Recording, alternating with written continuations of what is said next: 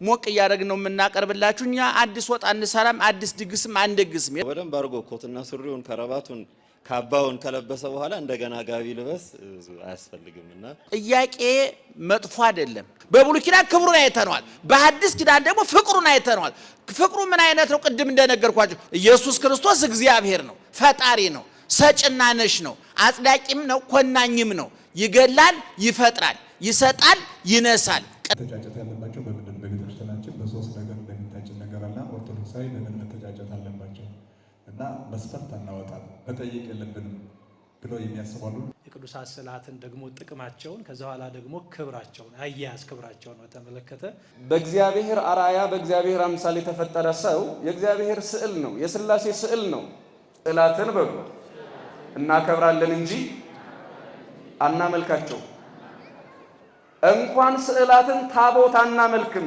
ታቦቱ ላይ ያለውን ስም ነው የምናመልከው ለማሳየት እንጂ እውነቱን ለመናገር እነዛ እናየለ የገባቸው እኛን ሳይገባን ቀርቶ አይደለም ወርደን ጨምረውም ቀንሰውም ማጥበውም ማስፈተውም ታሪካቸው ይናገራል ይሄ ፕሮግራም በዩቲዩብ እየተላለፈ ነበር ይሄ ጥሩ ነገር አይደለም ጠቃሚ እግዚአብሔር ይመስገን ያሰኝም ይሄ ጽድቅ የሚመስል ኃጢአት አለ ዳሽቱ የሰዋስወ ብርሃን ቅዱስ ጳውሎስ መንፈሳዊ ኮሌጅ የአዲስ ኪዳን ትርጓሜ መምህር ለሆኑት ያቀርባለሁ ኢየሱስ ክርስቶስ ሊቀ ካህናት መባሉ እንዴት እንደሆነ እንዲያብራሩልን እንዴት ዋላችሁ ኧረ እንዴት ዋላችሁ የሰበሰበን የሚመክረን የሚያስተምረን ምስጢርና ጥበብ የሆነ አባታችንም አምላካችንም እግዚአብሔር ስለ አደረገን ነገር ሁሉ ክብርና ምስጋና ይግባው እንግዲህ ቀደም ፕሮግራም መሪው እንደነገሯችሁ የሰው ልጅ እምነቱ እየከሳ እምነቱ እየቀነሰ በሄደ ቁጥር የጥያቄ ጎተራ ይሆናል ያመነበት ነገር ሁሉ ጥያቄ ይሆንበታል እንዲያውም አንድ ጸሐፊ ምን ብሎ ጽፏል ሰው በሽታ የመከላከል አቅሙ እየወረደ በሄደ ቁጥር ጉንፋን እንኳን በሽታ ይሆንበታል ይላል ሰዎች እምነታቸው እየቀነሰ ሲሄድ በጥያቄ ይወጠራሉ ጥያቄ መጥፎ አይደለም ነገር ግን ጥያቄ ትልቁ ችግር ምንድነው በጭንቅላታችን ውስጥ ባይመሯችሁ ጥሎት የሚሄደው ጠባሳ አለና ቤተክርስቲያኒቱ ቅድም እንደተነገረው ለሁሉም ነገር መልስ አላት ስንዱ ቤተክርስቲያን ሙሉ ቤተክርስቲያን ብሉይን አንብባ ሐዲሱን ተርጉማ አመስጥራ ተንተና ንባቡ አይምሮ ጆሮ እንዲሞላ ምስጢሩ አይምሮ እንዳጠግብ ኃይለ ቃሉ ህሊናን ነፍስን እንዲያሳርፍ አድርጋ ያመሰጠረች ቤተክርስቲያን ናት ከኛ በፊት የነበሩ ብዙ ብሩሃን አይንት አይናማ የሚባሉ ሊቃውንት ነበሩ እነዚያ የጻፉትን ያስቀመጡትን ሞቅ ያደረግ ነው የምናቀርብላችሁ እኛ አዲስ ወጥ አንሰራም አዲስ ድግስም አንደግስም የተደገሰውን ያሞቅን ነው የምናቀርብላችሁ እንደ አይነት አባቶች የሰጠን እግዚአብሔር ክብርና ምስጋና ይግባው እንግዲህ ጥያቄው ኢየሱስ ክርስቶስ ብዙ ስሞች አሉት አንድ ወልዳ ስሙን አበዛችሁ የሚል አንድ መዝሙር ነበረ ኢየሱስ ክርስቶስ ስራው ብዙ ስለሆነ ስሞቹ ብዙዎች ናቸው የኢየሱስ ክርስቶስ ስሞች አራት ነገርን ያመለክታሉ በመጽሐፍ ቅዱስ አንድ የባህሪውን ርቀት ሁለት የክብሩን ምጥቀት ሶስት የፍቅሩን ጥልቀት አራተኛ የሥራውን አይነተ ብዙነት ያሳያል በደም ሰምታችሁኛል አንድ የባህሪውን ርቀት ባህሪው ረቂቅ ነው ያ በስሞቹ ይገለጣል ሁለተኛ ክብሩ ምጡቅ ነው የክብሩ ምጥቀት ኃያልነት በስሞቹ ይገለጣል ሶስተኛ ፍቅሩ ጥልቅ ነው የፍቅሩን ጥልቀት ያሳያሉ ስሞቹ አራተኛ የሥራውን ብዙነት ያሳያሉ እግዚአብሔር ትናንት ሰራተኛ ነበር ዛሬ ሰራተኛ ነው ለዘላለም ሰራተኛ ነው ስራ ፈቶ ያቅም እግዚአብሔር አባቴ እስከ ዛሬ ይሰራል እኔም እሰራለሁ ብሏል በአዳም ጊዜ የነበረው እግዚአብሔር አሁን በዚህ ሰዓት ስራ ላይ ነው በሚገርመው ነገር እስከ ለተምጻት ከለተምጻትም በኋላ ስራ ላይ ነው እግዚአብሔር ስለዚህ ለኢየሱስ ክርስቶስ የወጡለት ስሞች ባህሪ ቅድም እንዳልኩት ባህሪው ረቂቅ ነው ክብሩ ምጡቅ ነው ፍቅሩ ጥልቅ ነው ስራው ብዙ ነው እነዚህ አራት ነገሮች በኢየሱስ ክርስቶስ ስሞች ላይ ይታያሉ እንግዲህ ሊቀ ካህናት የተባለው ከስሞቹ መካከል አንዱ ነው ደህና መሻችሁ እየሰማችሁ ነው ስንት ነገር ነገርኳችሁ ጮክ ብላችሁ ነገሩኝ አራት ነገር ነግሬያቸዋለሁ። እንግዲህ ኢየሱስ ክርስቶስ ስሞቹን በሁለት መክፈል እንችላለን። አንድ ከብሉይ ኪዳን ወደ አዲስ ኪዳን የተሸጋገሩ ስሞች አሉ። እግዚአብሔር ይባላል ኢየሱስ ክርስቶስ። ምክንያቱም መጽሐፍ ቅዱስ በመጀመሪያ ቃል ነበረ፣ ቃልም በእግዚአብሔር ዘንድ ነበረ፣ ቃልም እግዚአብሔር ነበረ፣ ሁሉ በሱ ሆነ፣ ያለሱ ምንም የሆነ የለም ካለ በኋላ ያም ቃል ሥጋ ሆነ ተብሎ ተገልጧል። ኢየሱስ ክርስቶስ እግዚአብሔር ነው፣ ፈጣሪ ነው፣ ሰጭና ነሽ ነው፣ አጽዳቂም ነው፣ ኮናኝም ነው። ይገላል፣ ይፈጥራል፣ ይሰጣል፣ ይነሳል። ቅድመ ዓለም ነበረ፣ ዓለም በዓለም ውስጥ አለ፣ ዓለምን አሳልፎ ይኖራል።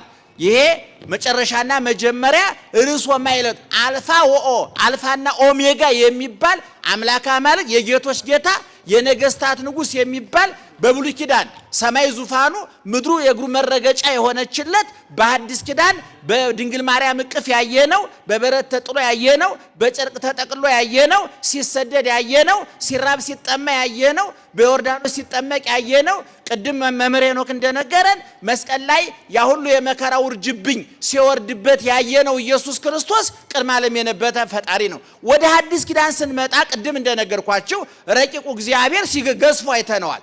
ዘላለማዊው እግዚአብሔር ጊዜያዊ ሆኖ አይተነዋል።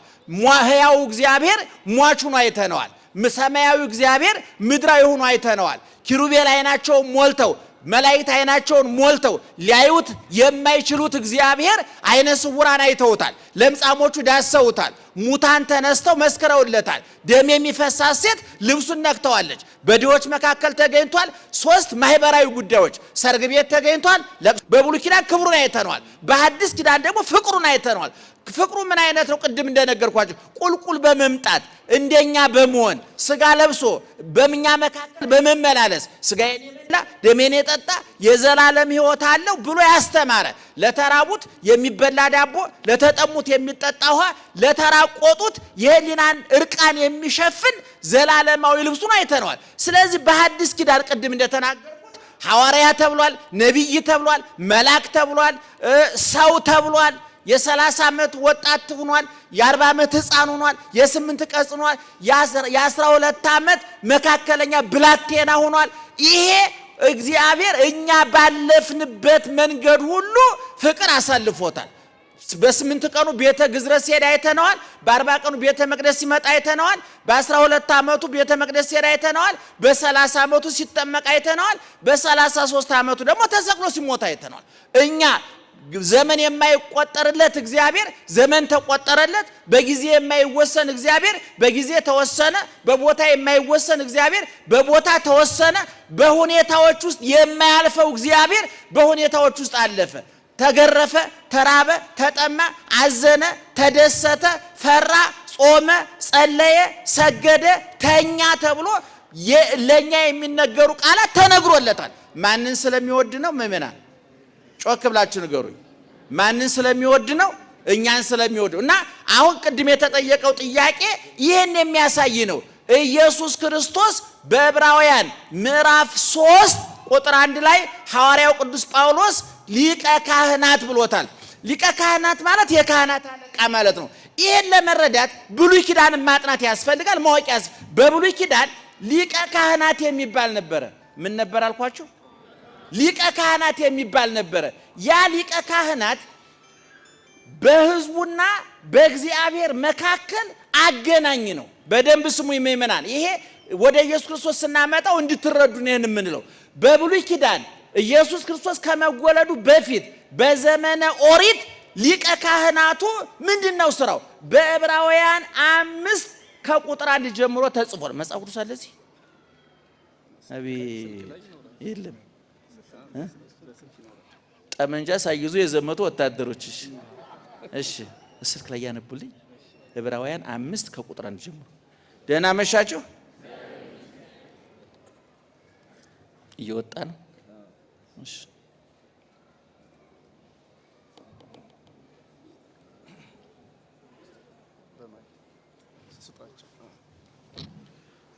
ዕብራውያን ምዕራፍ 5 ቁጥር 1 ሊቀ ካህናት ሁሉ ስለ ኃጢአት መባንና መስዋዕትን ሊያቀርብ ከሰው ተመርጦ ለእግዚአብሔር በሆነው ነገር ሁሉ ስለ ሰው ይሾማልና እርሱ ራሱም ደግሞ ድካምን ስለሚለብስ ሊራራላቸው ይችላል። በዚህም ምክንያት ስለ ሕዝብ እንደሚያቀርብ እንዲሁ ስለ ራሱ ደግሞ መስዋዕትን ስለ ኃጢአት ሊያቀርብ ይገባዋል። እንደ አሮንም በእግዚአብሔር ከተጠራ በቀር ማንም ክብሩን ለራሱ የሚወስድ የለም። እንዲሁ ክርስቶስ ደግሞ ሊቀ ካህናት ሊሆን ራሱን አላከበረም። ነገር ግን አንተ ልጄ ነህ፣ እኔ ዛሬ ወልጄሃለሁ ያለው እርሱ ነው። እንደዚህም በሌላ ስፍራ ደግሞ አንተ እንደ መልከ ጼዴቅ ሹመት ለዘላለም ካህን ነህ ይላል። አሁን የሰማችሁት ኢየሱስ ክርስቶስን ሊቀ ካህናችን ነው ብሎ ቅዱስ ጳውሎስ ነው የተናገረ። ለምን ተናገረ ይሄንን ሲባል በብሉይ ኪዳን ሊቀ ካህናት የሚባለው በነገራችን ላይ ምእመናን ይሄ መልእክት የተጻፈው እንደው መቼም ከአቅማችሁ በላይ እንዳይሆን እየሰጋ ነው የምንናገረው። ይሄንን ክፍል ለተማሪዎቻችን ነው የምናወራው። ደጋግሜ በሚዲያ ላይ በመድረክ ላይም ተናግሬዋለሁ። መጽሐፍ ቅዱስ ሁለት ክፍል ነው፣ ብሉይ ኪዳንና ሐዲስ ኪዳን። ብሉይ ኪዳኑ 39 ነው፣ ሐዲስ ኪዳኑ 27 ነው። መጽሐፍ ቅዱስ ውስጥ ዓለም ተስማምቼበታል የሚለው ይሄ መጽሐፍ ቅዱስ በተለይ ሐዲስ ኪዳኑ የተጻፈላቸውን ሰዎች አቅምና ችሎታ፣ ባህልና አኗኗር መሰረት አድርጎ የተጻፈ ነው። ለምሳሌ ዕብራውያን ማለት እስራኤላውያን ናቸው። እስራኤላውያን ማለት ደግሞ መስዋዕቱን ያውቁታል፣ በጉን ያውቁታል፣ ሊቀ ካህናቱን ያውቁታል፣ ቤተ መቅደሱን ያውቁታል፣ መስዋዕቱን፣ የጣኑን፣ የበጉን፣ የፍየሉን መስዋዕት ሊቀ ካህናቱ ምን እንደሚሰራ እስራኤላውያን ያውቃሉ። ቅዱስ ጳውሎስ ለነዚህ ሰዎች ያስተማራቸው በለመዱት በብሉይ ኪዳኑ ተነስቶ ነው፣ ከብሉይ ኪዳኑ ተነስቶ እና ሊቀ ካህናቱ በብሉይ ኪዳን ምን ይሰራል መሰላቸው? በሕዝቡና በእግዚአብሔር መካከል አገናኝ ነው። ምእመናን እየሰማችሁ ነው? በሕዝቡና በእግዚአብሔር መካከል አገናኝ ነው። ለምሳሌ እኔ እዚህ ጋር እግዚአብሔር ቢሆን፣ እዚህ ጋር ሊቀ ካህናቱ ቢሆን፣ እዚህ ጋር ምእምኑ ይኖራል። ኃጢአት የሰራው ሰው እንዲያውም ምን ይሆናል መሰላችሁ? ይሄ ኃጢአተኛ ደህና ዋላችሁ? አልሰማችሁኝም? ሊቀ ካህናቱ ቅድም እንደነገርኳችሁ በእግዚአብሔርና በሕዝቡ መካከል አገናኝ ነው። እንደ እግዚአብሔር በስልጣኑ ይገናኛል ከእግዚአብሔር ጋር፣ ከሕዝቡ ጋር ደግሞ በሰውነቱ በደካማነቱ እሱም ኃጢአት ስለሚሰራ የሕዝቡን ችግር ይረዳል፣ የሕዝቡን ኃጢአት ይረዳል። ስለዚህ እግዚአብሔር የሾሙ ምን እንዳደርግ ነው? በእግዚአብሔርና በሕዝቡ መካከል ኃጢአት ሲሰራ እንዲያስተሰሪ። በጣም ባጭር ምሳሌ ልንገራችሁ። እግዚአብሔር እዚህ ጋር አለ፣ ሊቀ ካህናቱ እዚህ ጋር አለ፣ እዚህ ጋር ኃጢአተኛው ሰውዬ አለ። ኃጢአተኛው ሰውዬ በጊዞ ይመጣና ኃጢአቱን ለሊቀ ካህናቱ ይናገራል። ልብ አድርጉ። እዚህ ጋር ያለው ማን ነው? ማን ነው? እዚህ ኃጢአተኛው አጠገብ ደግሞ ማን አለ? በግ አለ። ይመጣና ኃጢአቱን ይናገራል። ይሄ ሰው ኃጢአተኛው ለካህኑ ሲናገር ካህኑ እጁን ጭኖ በጉ ላይ ይጸልይበታል። በሌላ ቋንቋ ምን ማለት ነው? በካህኑ ጸሎት አማካኝነት የኃጢአተኛው ኃጢአት ወደ በጉ ይዘዋወራል። ለምሳሌ ይሄ ኃጢአተኛ አመንዝሮ ቢሆን የመጣው መምሩ አመንዝሬ ያለው ብሎ እየተናገረ ነው። ካህኑ እየሰማ ነው።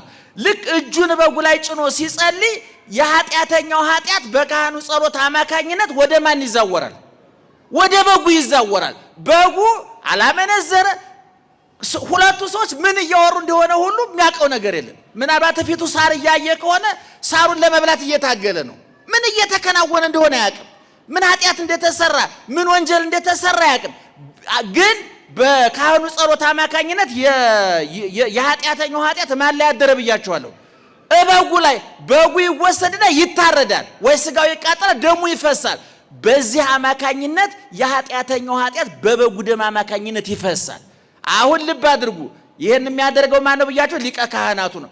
አሁን በዚህ ወደ ሐዲስ ኪዳን ስንመጣ በዚህ በሊቀ ካህናቱ ፋንታ ማን ተተካበት? ኢየሱስ ክርስቶስ።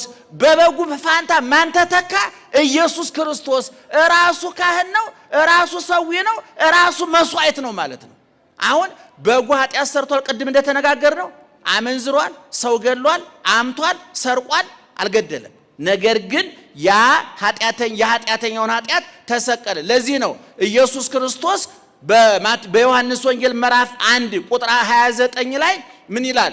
ነዋ በግኡ ለእግዚአብሔር ዘየአትት ወያሴስል ኃጢአት ዓለም። የዓለምን ኃጢአት የሚያስወግድ የማን በግ?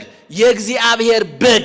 የማንን ኃጢአት የሚያስወግድ? የዓለሙን ኃጢአት። ይሄ የቅድሙ በግ አጠገቡ የቆመውን ኃጢአተኛ ኃጢአት ብቻ ነበር በደሙ የሚያራግፍለት። ኢየሱስ ክርስቶስ ግን ወደሙ ለኢየሱስ ክርስቶስ ያነጽሐነ እንኩሉ ኃጢአትነ። ቅዱስ ዮሐንስ በመልእክቱ ምዕራፍ 1 ቁጥር 7 ላይ የኢየሱስ ክርስቶስ ደም ከኃጢአታችን ሁሉ ያጥበናል ስለተባለ ከሱ በፊት የነበሩትን በሱ ጊዜ የነበሩትን ከሱ በኋላ እስከ ዕለተ ምጽአት የሚነሱትን ሁሉ ኃጢአታቸውን ይፍቃል፣ ይደመስሳል። ቀራንዮ ላይ ይሄ ተፈጽሟል። ስለዚህ ኢየሱስ ክርስቶስ ሐዋርያው ቅዱስ ጳውሎስ ለዕብራውያን ሊቀ ካህን ብሎ የነገራቸው ምንድነው? እነሱ በሚገባቸው ቋንቋ ለነሱ ኃጢአታቸውን የሚያስተሰርይላቸው ሊቀ ካህኑ ነበረ። ወንድሞቼ እናንተ ሊቀ ካህን ነበራችሁ፣ በግ እያረደ ደም እያፈሰሰ ስጋ እያቃጠለ ኃጢአታችሁን የሚያስተሰርይ በዛ ቦታ አሁን በበጉ ቦታ ክርስቶስ ገብቷል። ቀራንዮ ላይ ታርዷል። ሐዋርያው ቅዱስ ጳውሎስ በአንደኛ ቆሮንቶስ ምዕራፍ 5 ላይ ፋሲካችን ክርስቶስ አይወሰንም፣ እንደኛ በቦታ በሁኔታ ተወሰነ፣ በእኛ መካከል ተገኘ።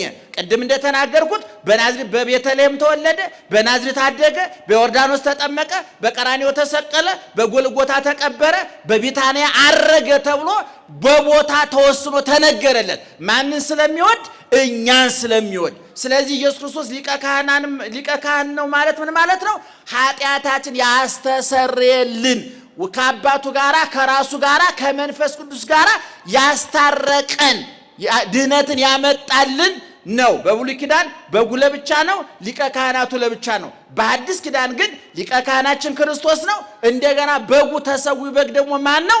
ኢየሱስ ክርስቶስ ነው። ይህንን ይዘው ሰዎች ኢየሱስ ክርስቶስ ሊቀ ካህናችን ነውና ካህን አያስፈልገንም የሚሉ በጣም የዋህ ገራገር ደጎች፣ ወደ ሃይማኖታቸው ማደግ ሲያቅታቸው ሃይማኖታቸው ወደ እነሱ ያወረዱ ሰዎች ሊያወሩ ይችላል። እኛ ስለሌለው አያገባንም። የፈለጉትን ማድረግ ይችላሉ። ሰው ግቢ ገብቶ መፈትፈት የምቀኛ ወሬ ነው፣ አያገባንም። ነገር ግን በራሳችን ኦርቶዶክሳዊ ተዋሕዶ ቤተክርስቲያን ኢየሱስ ክርስቶስ አልፋና ኦሜጋ ከታች ውሃ ልኩና መሰረቱ ከላይ መደምደሚያና ጉልላቱ የነበረ ያለ የሚኖር የጌቶች ጌታ የነገስታት ንጉሥ ፈራጅ አዳኝ አምላክ መሆኑን ትመሰክራለች። እንግዲህ ሊቀ ካህናቱ የተፈለገው ባጭሩ ይሄን ነው። በዚህ ሰዓት ጥልቅ ጉዳይ ገብተን ለማስረዳት ሰዓቱ፣ ጊዜው፣ ሁኔታው፣ ቦታው ይገድበናል። ደግሞ ከኔም የተሻሉ ተናጋሪ ወንድሞች ስላሉ የነሱን ጊዜ ላለመውሰድ ባጭሩ ይሄ ነው። እንግዲህ መምህር ስሙርም ስላሉ መምህር ዳንኤልም ስላሉ በዚሁ ሐሳብ ላይ የሚጨምሩት ካለ የበለጠ አዳብረን ዓላማው እናንተን ማዳን እኛን ማዳን ነውና ቢጨምሩበት እጅግ እደሰታለሁ። እግዚአብሔር ይስጥልኝ።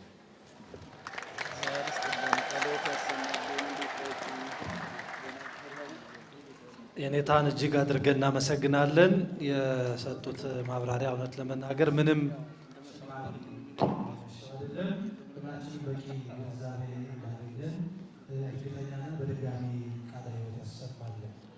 ወደ ጥያቄዎቻችን ነው የምንመለሰው። ከኔ በስተግራ ደግሞ መምህር ዳንኤል ሰይፉ ሚካኤል አሉ። ቅድም በመግቢያችን ላይ እንዳነሳ ነው የዚህ የምክረ አበው መሰረታዊው ዓላማ በነገረ ሃይማኖት ጉዳይ ላይ ጥልቅ የሆነና መሰረታዊ ግንዛቤ አግኝተን እንድንሄድ ነው አንደኛው። ሁለተኛው ደግሞ ማህበራዊ ህይወታችንን በተመለከተ ደግሞ የምንኖረው እዚህ ምድር ላይ እንደመሆኑ መጠን አንዱ በትዳር ዓለም ውስጥ የምንኖር ደግሞ ነገ ከነገ ወዲያ ወደዚህ ህይወት ውስጥ እየመጣን ያለን ደግሞ በትዳር ዓለም ውስጥ ሆነን ደግሞ ልጆች እያሳደግን ያለን እንኖራለን እና ሁለተኛው ደግሞ እይታችን ወደዚያ ይወስደናል፣ ወደ ማህበራዊ ህይወታችን። በዚህ ውስጥ አንዱ የምናየው የጋብቻን ህይወት ነው። በኦርቶዶክሳዊት ቤተክርስቲያን ቅድመ ጋብቻ የምንለው ሂደት አለ። እንደምታውቁት ጊዜ ጋብቻ አለ። ከዛ በኋላ ደግሞ ድረ ጋብቻ የምንለው አለ። አብሮ ከዚህ ጋራ ደግሞ ልጆችም አብሮ ይነሳሉ ከዚህ ጋራ። አሁን አብዛኛውን ጊዜ በዘመናችን አንዱ የምናየው ችግር ብዙዎች የቅድመ ጋብቻን ጊዜ አልፈውት ወደ ጊዜ ጋብቻ ሮጦ ይመጣሉ። እንደውም አንድ በጣም ወደ ትዳር ዓለም ውስጥ ሊገባ ከአሜሪካ የመጣ አንድ ሰው ምን አለ ይባላል፣ እዚህ ኢትዮጵያ ውስጥ በጣም አስቸጋሪው ነገር ለሰርግ ፕሮግራም የሚሆን አዳራሽ ማግኘት ነው። ስለዚህ አስቀድሞ ከአንድ ዓመት በፊት ከሚስት ይልቅ የአዳራሽ ቦታ አይገኝም እና ሚስቲቱ ሳትገኝ አዳራሹን ቀድሞ መያዝ ዋጋ አለው፣ ከዛ በኋላ ሚስቲቱ ትመጣለች የሚል አንድ ንግግር ተደርጓል። ይሄ እንግዲህ የሚነግረን አዳራሽ አስቀድሞ በተጋቢዎች በመያዛቸው ነው እና አብዛኛዎቹ ሰዎች አስቀድመው ለአንድ ዓመት አዳራሽ ሲይዙ አስቀድሞ ግን ወደ ጋብቻ ወደ ትልቅ ተቋም በመግባት ውስጥ ቅድመ ዝግጅት አያደርጉም። ይሄ ደግሞ በኋላ በትዳር ሕይወት ውስጥ አልፎም በልጅ አስተዳደግ ላይ ከፍተኛ የሆነ ማህበራዊ ቀውስ ሲመጣ እናያለን እና ከዚህ አንጻር ቤተክርስቲያናችን ቅድም ቢያነሳናቸውን ሶስቱን ክፍሎች እንዴት ታስተምራቸዋለች? ምዕመናንስ ደግሞ ይህንን ነገር እንዴት መረዳት ይችላሉ? የሚለውን ጥያቄ ወደ ክቡር መምህራችን። እሺ፣ የተከበሩ መምህራችን መጋቤ ሐዲስ እሸቱ የሰዋስወ ብርሃን ቅዱስ ጳውሎስ መምህር፣ የተከበሩ መምህራችን እንዲሁ መምህር ስሙር ሊቀ ሊቃውንት ስሙር፣ የዚህ ታላቅ ደብር መምህራን፣ ሰባኪያን ወንጌል፣ አገልጋይ ካህናት፣ ሁላችሁ የሰንበት ትምህርት ቤት ወጣቶች በድጋሜ እንደምናመሻችሁ። መኖራችንን ለማረጋገጥ ነው። እንደምናመሻችሁ። አሜን። እንኳን አደረሳችሁ። አሜን። እግዚአብሔር አምላካችን በዚች ታላቅ ቀን በቤቱ የሰበሰበን የከበረ የተመሰገነ ይሁን። የኔታ ያው በእኔ ላይ የሚጨምር ብለዋል። አንጨምርም፣ ይበቃናል። ትልቅ ትምህርት ነው ያገኘ ነው። እሺ፣ ስለዚህ ያው ተረድታችኋል አይደለም? የነገሩንን መጋቤ ሐዲስ ያስተማሩንን እግዚአብሔር ይመስገን።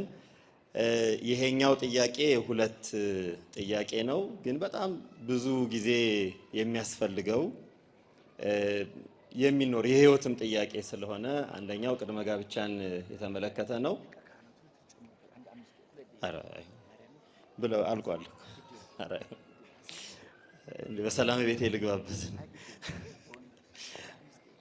አይ ይወቃል ግዴ። እሺ፣ ወይ ወደ በኋላ ጊዜ ካገኘን እንሞክራለን። ይሄኛው በራሱ ትልቅ ነው። እንታየው ሊቀ ካህናቱ ላይ ትንሽ ጨምር ነው የሚሉኝ። ይሄ ጥሩ አይደለም። ሰው በደንብ አድርጎ ኮትና ሱሪውን ከረባቱን ካባውን ከለበሰ በኋላ እንደገና ጋቢ ልበስ አያስፈልግም እና ይበቃል። እንግዲህ የእግዚአብሔር ቤተሰቦች አንዱ ትልቁ የቤተ ክርስቲያን ትምህርት የቅዱሳት መጻሕፍት ምስጢር የጋብቻ ምስጢር ነው። እንደምናስበው እንደው ጋብቻ እንደው ዝም ብሎ እንደው አንድ ሰው ወደድኩ ተዋደድን ከዚያ ተጋባን ከዚያ ኑሮ ጀመርን ማለት አይደለም። ጋብቻ እግዚአብሔር የሰራው እግዚአብሔር የፈጠረው እግዚአብሔር ያዘዘው እግዚአብሔር የሚጠብቀው እግዚአብሔር የሚከብርበት መንግሥተ ሰማያትን የምንወርስበት ትልቅ ምስጢር ነው።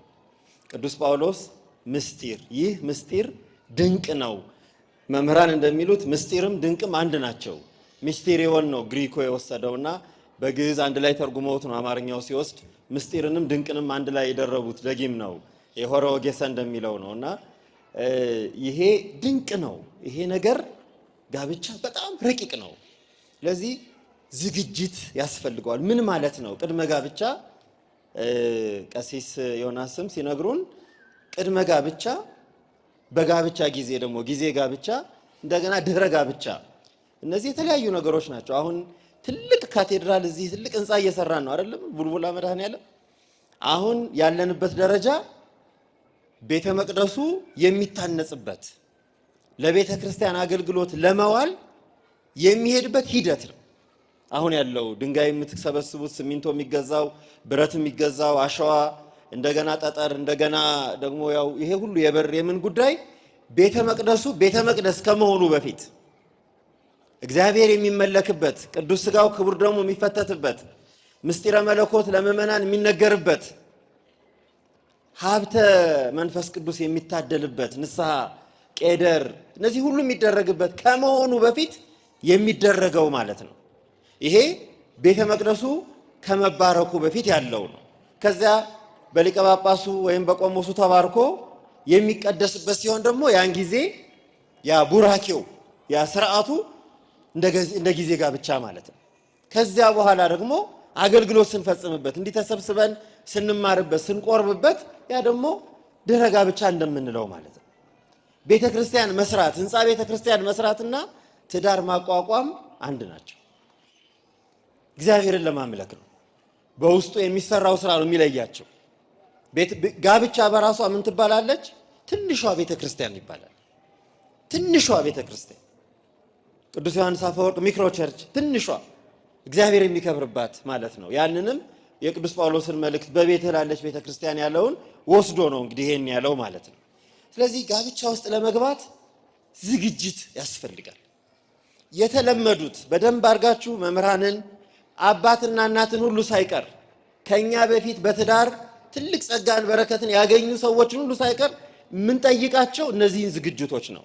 በቤተ ክርስቲያን ትምህርት ብዙ ዝግጅቶች ቢኖሩም ዋናዎቹ 5 ዝግጅቶች ናቸው። ዋናዎቹ የመጀመሪያው አካላዊ ብቃት ነው። ቤተ ክርስቲያን ሰዎችን ወደ ጋብቻ በተክሊል አክብራ እንዲጋቡ ስትፈቅድ መጀመሪያ የምታየው ለጋብቻ ብቁ መሆናቸው መጀመሪያ የሚታየው አካላዊ አቅመ አዳምና አቅመ ሔዋን ነው። ለአቅመ አዳምና ለአቅመ ሔዋን ያልደረሱ ሰዎች ወደ ጋብቻ አይመጡም። ምንም ሀብት ቢኖራቸው ከቤት የወረሱት ከአባት ከእናት የወረሱት ሀብት ቢኖር የተትረፈረፈ ጸጋ ቢኖር ሃይማኖታቸው ቢመሰከር ሰው ሁሉ ቢወዳቸው እድሜያቸው ካልደረሰ ወደ ጋብቻ አይመጡም፣ አይፈቀድም። የመጀመሪያው መሰረታዊ ነገር አካላዊ ዝግጅት ነው። ብቁ መሆን፣ በአካል ብቁ መሆን ያንን የትዳር ህይወት ወጥቶ ወርዶ ወልዶ ከብዶ ለመፈጸም የሚያስችል አካላዊ ብቃት ያስፈልጋል። ያ የእድሜ ደረጃ መድረስ ማለት ነው።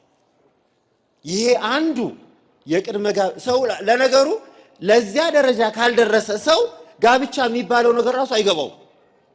ለአቅመ አዳምና ለአቅመ ሔዋን ካልደረሰ ትዳር የሚባለውን በፈለጋችሁት መንገድ ብታስተምሩት አይገባው። አካሉ እድሜው መድረስ አለበት። የመጀመሪያው ዝግጅት እድሜያችን ደርሷል ወይ?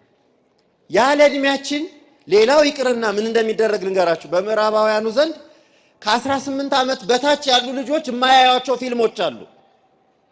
የማያዩዋቸው ፊልሞች አንዱ ትዳርን የሚመለከቱ ነገሮች አዩ። ምክንያቱም አይገባቸው። አይሆንማ። ያለ እድሜ የሚሰጥ ነገር አይኖርም። የመጀመሪያው ዝግጅት እንግዲህ ምንድነው ብያለሁ? አካላዊ ዝግጅት፣ የእድሜ በእድሜ ብቁ መሆን፣ የትዳርን ኃላፊነት ለመሸከም ባል ሚስቱን ሚስቴ ብሎ ለመቀበል የሚችልበት፣ ሚስትም ባሏን ባሌ ብላ መቀበል የምትችልበት፣ ህይወታቸውን አጋርተው ገና አፈር ፈጭተው ውሃ ተራጭተው ድንጋይ ከምረው ሳይጨርሱ ትዳር ውስጥ ገብተው እንደገና ጨዋታ ይመስላቸዋል ትዳር። ያ መሆን የለበት። የመጀመሪያው ዝግጅት አካላዊ ዝግጅት። ሁለተኛው ዝግጅት መንፈሳዊ ዝግጅት ነው። መንፈሳዊ ዝግጅት ሃይማኖትን የሃይማኖት ትዳር ሃይማኖታዊ ሂደት ነው። ማህበራዊ ጉዳይ ቢኖረው ቤተ ክርስቲያን በተክሊል ስትፈጽመው ምስጢር አድርጋ እግዚአብሔር የሚከብርበት እግዚአብሔር የሚመለክበት ልጆች መጪው ትውልድ የሚታነጽበት ስለሆነ መንፈሳዊ ዝግጅት ያስፈልገዋል። ይሄ መንፈሳዊ ዝግጅት ምንን ያካትታል? እግዚአብሔር በትዳር ውስጥ ምን ይፈልጋል? በትዳር ውስጥ ሲኖሩ ባልና ሚስት ምንድነው የሚፈልጉት? ሃይማኖታዊ ግዴታቸው ምንድነው? መንፈሳዊ ግዴታቸው ምንድነው? እንግዲህ የሚገርማችሁ የእግዚአብሔር ቤተሰቦች በመጽሐፍ ቅዱስ በጣም ተብራርተው በሕግ በስርዓት በምሳሌ በቡራኬ በጣም ተዘርዝረው ከተማርናቸው ከተቀመጡልን ትምህርቶች ውስጥ ትልቁ አንዱ የትዳር ትምህርት ነው። በኦሪት ያለው በሐዲስ ተደግሞ እንዳይናወጥ እንግዲህ ባልና ሚስት አንድ ናቸው። ሰው አባትና እናቱን ይተዋል፣ ከሚስቱም ጋር አንድ ይሆናል። እግዚአብሔር አንድ ያደረገውን ሰው አይለይ። ኦሪትም ሐዲስም የተባበሩበት ሕግ ነው። በብሉይ ኪዳንም ትዳር በብዙ ክብር ነው የተቀመጠው። በሐዲስ ኪዳንም ቅዱስ ጳውሎስ ክቡር አውስበው ትዳር ጋብቻ በሁሉ ዘንድ የከበረ ይሁን፣ በሁሉ ዘንድ በማንም ዘንድ አይከስ። ጋብቻ ክቡር ነው፣ አልጋውም ቅዱስ ነው ብሎ ቅድስናውን በረከት የሚያስገኝ መሆኑን በሐዲስም በብሉይም የተነገረ ነው። እንደገና በብሉይም እግዚአብሔር ባርኮታል፣ በሐዲስም ጌታችን ክብር ይግባውና መድኃኔዓለም መድኃኒታችን ኢየሱስ ክርስቶስ የተአምራቱ ሁሉ በኩር አድርጎ በመዋዕለ ስብከቱ ከቆሮንቶስ በረሃ ዲያብሎስን ድል አድርጎ ወንጌልን ሲመሰርት መጀመሪያ ሕይወትን ለውጦ ነው። እንግዲህ ተመልከቱ፣ ይሄ ሁሉ ትምህርት በቅዱሳት መጻሕፍት የተባበረበት ልዩ ምስጢር ቢኖር የትዳር ምስጢር። ስለዚህ ሃይማኖታዊ ነገሩን በሚገባ ማወቅ፣ በትዳር እግዚአብሔር እንዴት ነው የሚመለከው? ቤተ ክርስቲያን ሄጄ ትዳርን ስፈጽም ጋብቻን ስፈጽም ምን አይነት ሃይማኖታዊ ግዴታ ነው የተረከብኩት? ሃይማኖታዊ ግዴታ አለው በውስጡ። ያን ሃይማኖታዊ ዝግጅት ያስፈልጋል። በትዳር ውስጥ አታመንዝር፣ ታማኝነት እንዲኖር ማድረግ፣ እግዚአብሔርን በጋራ ማምለክ፣ ራስን መስጠት በሃይማኖት ትዳር ሲተረጎም ይሄ ትርጉም ከሃይማኖት የተወሰደ ትርጉም ነው። ጋብቻ ማለት በአንድ ወንድና በአንዲት ሴት መካከል እስከ ዕድሜ ልክ ፍጻሜ እስከ ዕድሜ ፍጻሜ ድረስ ሕይወትን ተጋርተው የሚኖሩበት ምስጢር ነው ይላል ጋብቻ። ይሄ የሃይማኖት ትርጉም ነው። ሃይማኖታዊ ትርጉሙን በሚገባ ማወቅ ያስፈልጋል።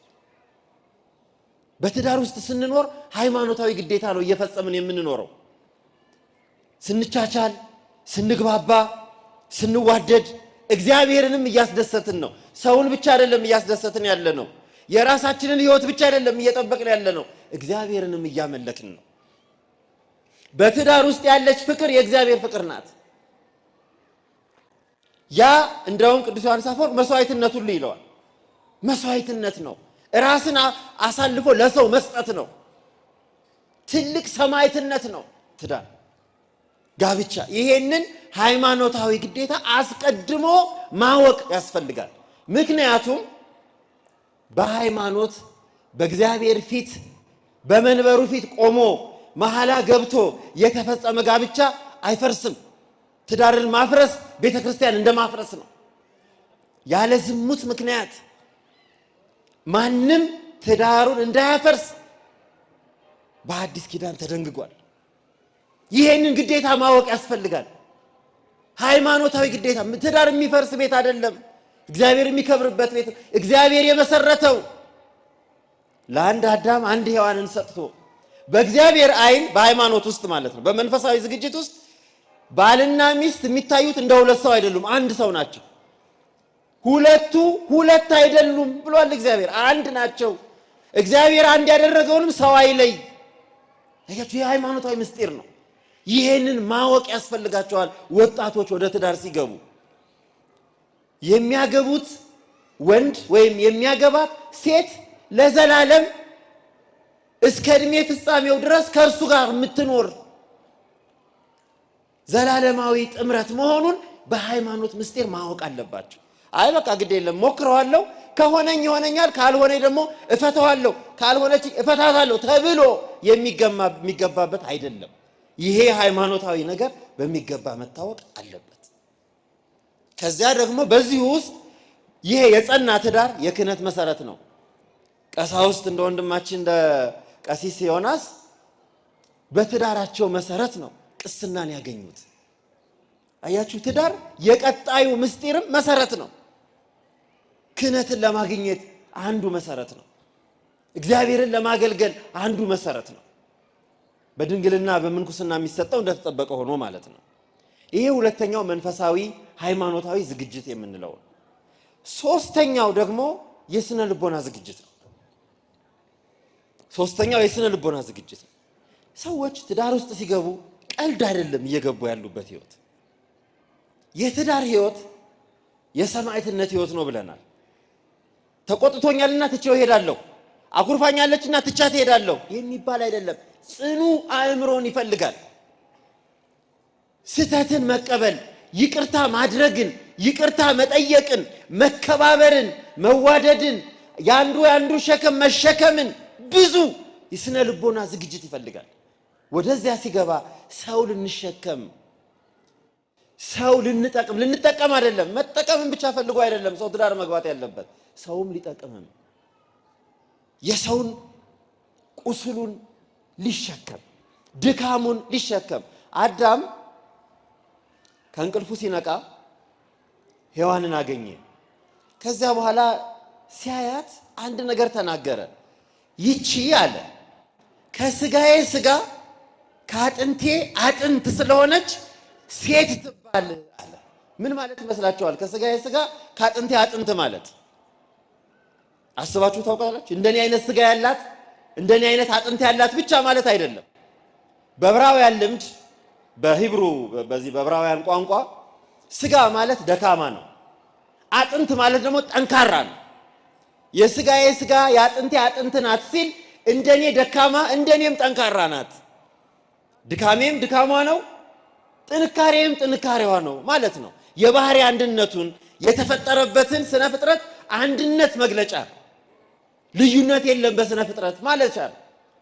ብዙ እነዚህን ነገር በሚገባው ቀን አንዳንድ ሰው ትዳርን የሚፈልገው ደካማ ጎኑን ለመሸፈን ይሆናል። ይሄ ተሳሳተ ግምት ነው። አንዳንዱ ሰው ትዳርን የሚፈልገው የሌለውን ለማሟላት ይሆናል። ይሄም ትክክለኛ አይደለም። ትዳር ሁሉንም ነገር ሙሉውን ሰው መቀበል፣ ሙሉ ራስን ለሰው አሳልፎ ለትዳር አጋር አሳልፎ መስጠት ነው። በትዳር ውስጥ ያለ ነገር በሙሉ የጋራ ነው። የጋራ ነው። ምንም ነገር የኔ ወይም ያንተ የሚባል አይደለም። ሁሉም የጋራ ነው። አልጋው የጋራ ነው። ቴሌቪዥኑ የጋራ ነው። ወንበሩ የጋራ ነው። ኩባያው የጋራ ነው። ብርጭቆ የጋራ ነው። ሁሉም የጋራ ነው። የኛ ነው የሚባል ያንን የመቀበል ስነ ልቦና ያስፈልጋል። ትዳር ትልቅ ተቋም እንደመሰረትን አይምሯችን ውስጥ ዝግጅት ይፈልጋል። ከዚያ በኋላ ያሉ ማናቸውንም ሸክሞች ለመሸከም ማናቸውንም መሐላው ላይ ምንድነው የተቀመጠው? በድካሙ በህመሙ ከሞት እስከ ሞት ድረስ ከሱ ጋር ልሆን ብለው ነው መሐላ የሚገባው። ይሄ ጠንካራ ስነ ልቦና ይፈልጋል። ቀልድ አይደለም። ወይም ደግሞ እንደው ዝም ብሎ ጊዜያዊ ነገር አይደለም። ይሄ ስነ ልቦናዊ ዝግጅት ይፈልጋል። አራተኛው ማህበራዊ ዝግጅት ነው። ትዳር የማህበረሰብ ዝቅተኛው መጀመሪያ ነው። ማህበረሰብ የሚጀምረው ከግለሰብ አይደለም። ማህበረሰብ የሚጀምረው ከሁለት ሰው ነው። ማህበረሰብ ስንል የሰዎች ህብረት፣ የሰዎች ትስስር፣ የሰዎች አንድነት የሚጀምረው ከትዳር ነው፣ ከቤተሰብ ነው፣ ከሁለት ሰዎች ነው።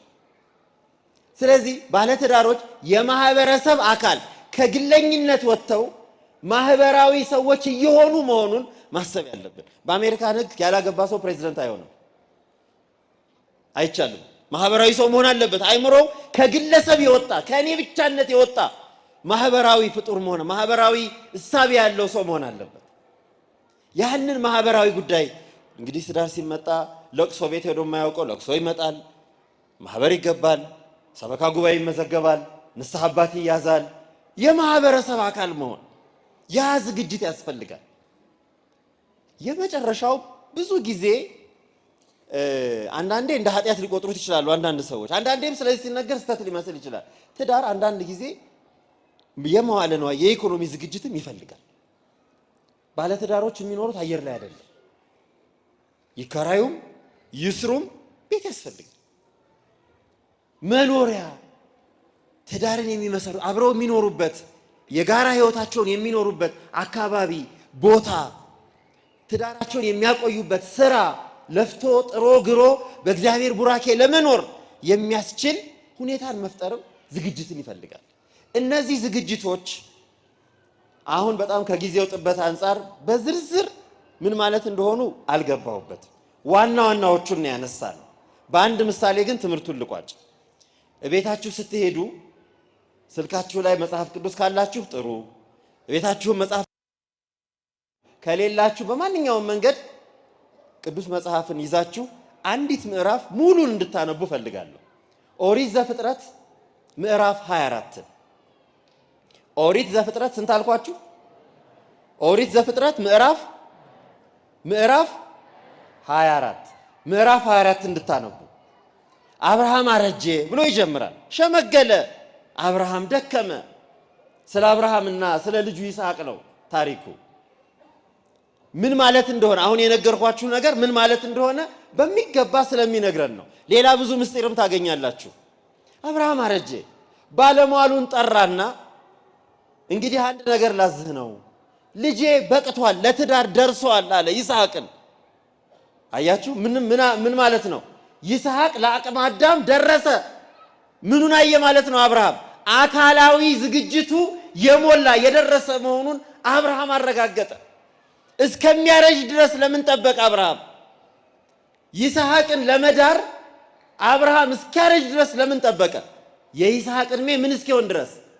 ትዳርን ለመሸከም ትዳርን ለመምራት ሙሉ እስኪሆን ድረስ አብርሃም አረጀ። አረጀ የምትለው ቃል ሆን ብላ የገባች ናት፣ እድሜን ለመግለጽ ነው። ስለዚህ ያንን ባለሟሉን ጠራና እንዲህ አለው፣ ሂድና ከነዚህ እኔ ካለሁባቸው ሰዎች ወገን ሳይሆን ከራሴ ወገኖች ሂድና ለልጄ ሚስት ፈልግ አለው። ለምንድን ነው ይሄን ያለው መሰላችሁ? አብርሃም የሚኖርበት አካባቢ የነበሩ ከነዓናውያን እና ሜዶን የሚባሉ ሰዎች እግዚአብሔርን አያውቁም። የሚያመልኩት ብዙ አማልክትን ነው። ስለዚህ አብርሃም ምን ፈለገ? እግዚአብሔርን የሚፈራ ሰው ካለበት ቦታ ሃይማኖት ካለው የሃይማኖት ዝግጅት አላልኳችሁ? ሁለተኛው ምንድን ነው ያልኩት? የሃይማኖት መንፈሳዊ ዝግጅት። አብርሃም ምን ፈለገ?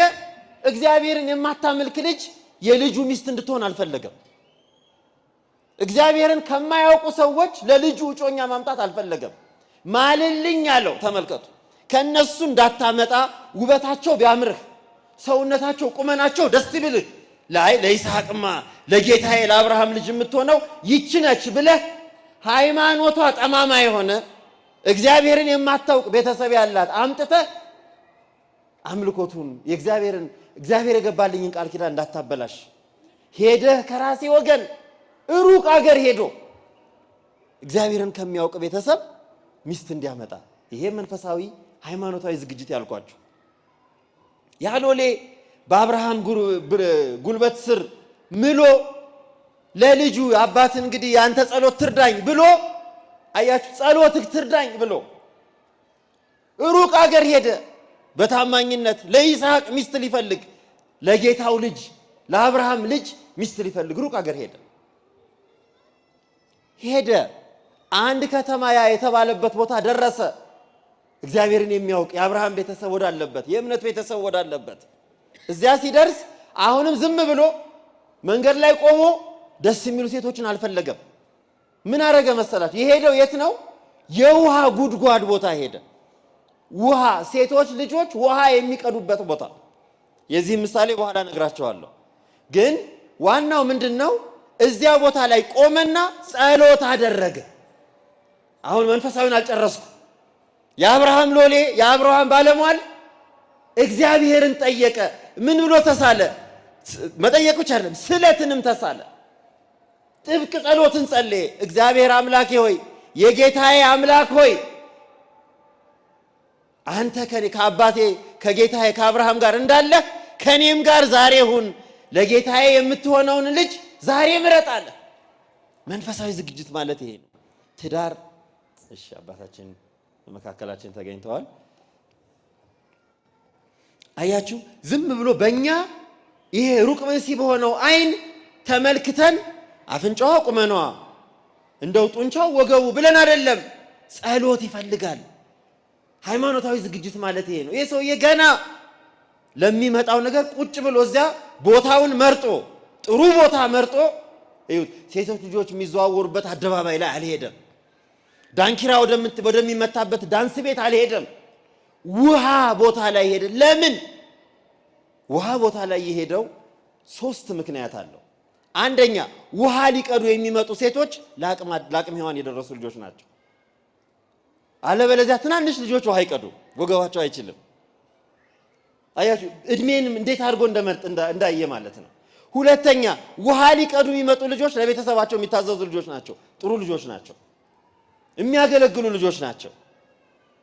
ሶስተኛው፣ በውሃ አቀዳዳቸው ሁኔታ ላይ ተመርኩዞ የሚጠይቀው ፈተና ስላለ ነው። ስለቱ እንዲህ ብዬ ተሳልኩኛል፣ ጌታዬ አምላኬ ሆይ፣ ውሃ ሊቀዱ ከሚመጡ ሴቶች ውስጥ ውሃ ስጭኝ የምላት ቀድተው ሲመለሱ፣ ይሄ ሁሉ በጣም ምስጢር አለው። ውሃ ስጭኝ የምላት እሺ ብላ የሞላ እንስራዋን አዘንብላ ውሃ የምትሰጠኝ እኔን ብቻ ሳይሆን ደግሞ ለግመሌም የምታጠጣ፣ ግመሉም ጠምቶታል ብላ አስባ ለግመሌም የምታጠጣ እሷ የጌታዬ ሚስት ትሁን ብሎ ስለተሳለ ይሄ ሁሉ መስፈርት ነው። አያችሁ፣ ዝግጅት ነው። ይሄ ሁሉ ዝግጅት ነው። ለኔ የምታጠጣኝ አለ። ለምንድን ነው ለግመሉ ያለው? አስተዋይነቷን እሱ ከጠማው ግመሉም ይጠማዋል ብላ የምታስተውል፣ እሱ ካራበው ግመሉም ያስፈልገዋል ብላ የምትል፣ እንደገና የሞላን ስራዋን ዝቅ አድርጋ የምታጠጣ ማለት ምን ማለት ነው? ጎዶሎን ስራ ቤት አይሄድም። ለሱ ካጠጣች በኋላ ተመልሳ ትሞላለች። ያልተሞላ ስራና ያልተማረ ሰው ለሸክም ይከብዳል ይላሉ መምህር አካለ ወልዴንታ። ያልተሞላን ስራ እየተወዛወዘ ወገብ ይፈልጣል፣ ወገብ ይልጣል። ያልተማረ ሰውም እንደዚያ ነው ይላሉ። ይሄ ባህል ስላለ ያልተሞላን ስራ ይዞ ስለማይኬድ ተመልሳ የምትሄድ ልጅ ይቺ በጣም ብርቱ ልጅ ናት። ያቺ ይሄን ብርታት አይቶ ይህ ዝግጅት ነው። ከዚያ በኋላ ያን ካደረገ በኋላ እንዳለው ሆነለት። እንዳለው ሲሆን ደግሞ ዝም ብሎ በቃ አገኘው ብሎ ይዞ አልሄደም። አገኘው ብሎ ይዞ አልሄደም። ቤተሰቦችሽ ጋር ወሰጂኝ፣ ቤተሰቦችሽን አስተዋውቂኝ። አያችሁ፣ ይሄ ሁሉ ማህበራዊ ያልኳችሁ ዝግጅት ነው። የቤተሰብ ፈቃድ፣ የልጆች ፈቃድ፣ ያ ሁሉ ተደርጎ ያድጉበታል። በእንዲህ አይነት ዝግጅት የተመሰረተ ትዳር እግዚአብሔር ይከብርበታል። አበው ቅዱሳን ይከብሩበታል። እንግዳ ያድርበታል። ሕግ ስርዓት፣ የሚወለዱት ልጆች ጳጳስ፣ ካህን፣ መነኩሴ ሆነው ይወጡበታል።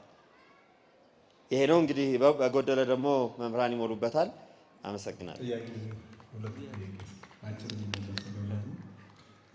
በመጀመሪያ ሲጠያየቁ በምን መጠየቅ አለባቸው? ትዳር ቅድመ ጋብቻ ማለት ነው። መተጫጨት ያለባቸው በምንድን? በቤተክርስቲያናችን በሶስት ነገር እንደሚታጭን ነገር አለ። ኦርቶዶክሳዊ ለምን መተጫጨት አለባቸው እና መስፈርት አናወጣም መጠየቅ የለብንም ብለው የሚያስባሉ። ለዚህ ግልጽ እንዲሆን ድረ ጋብቻ ደግሞ ምንድን ነው? ከተጋቡ በኋላ በቤተክርስቲያን ተጋብተው በፍርድ ቤት የሚፋቱበት አባቶችን ያለማክበር ወይም ደግሞ የኛ ችግራችን ምንድን ነው? ይሄ ባጭሩ እንግዲህ እንዳልኳችሁ ነው። ይሄ በጣም ብዙ ዝርዝር ያለው ነገር ስለሆነ እንግዲህ ሰዓቱን ካልተሻማው ብዙ አሁን የሰው ልጅ እድሜ ልኩን አብሮ የሚኖረውን ሰው እንደው ዝም ብሎ ሳያውቅ በጭፍን በምትሃት ያግባ አይባልም፣ አይደረግም። መተዋወቅ፣ መግባባት፣ ንግግሮች ያስፈልጋሉ።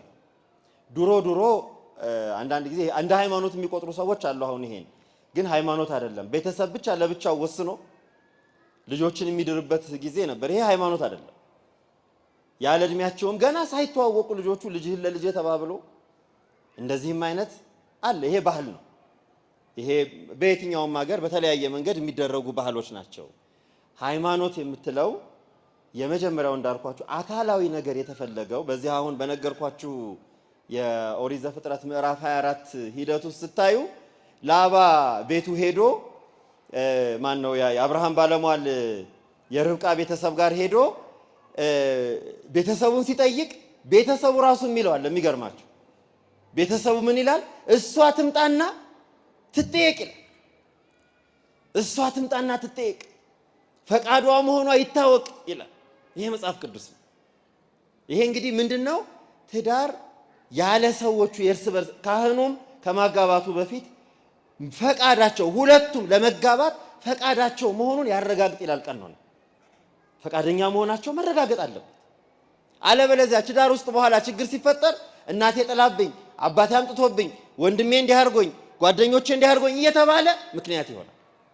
ትዳር በሁለቱ ተጋቢዎች ሙሉ ፈቃደኝነት ላይ የተመሰረተ ተቋም፣ ሙሉ ፈቃደኝነት። ይሄ የቤተክርስቲያን ትምህርት ነው።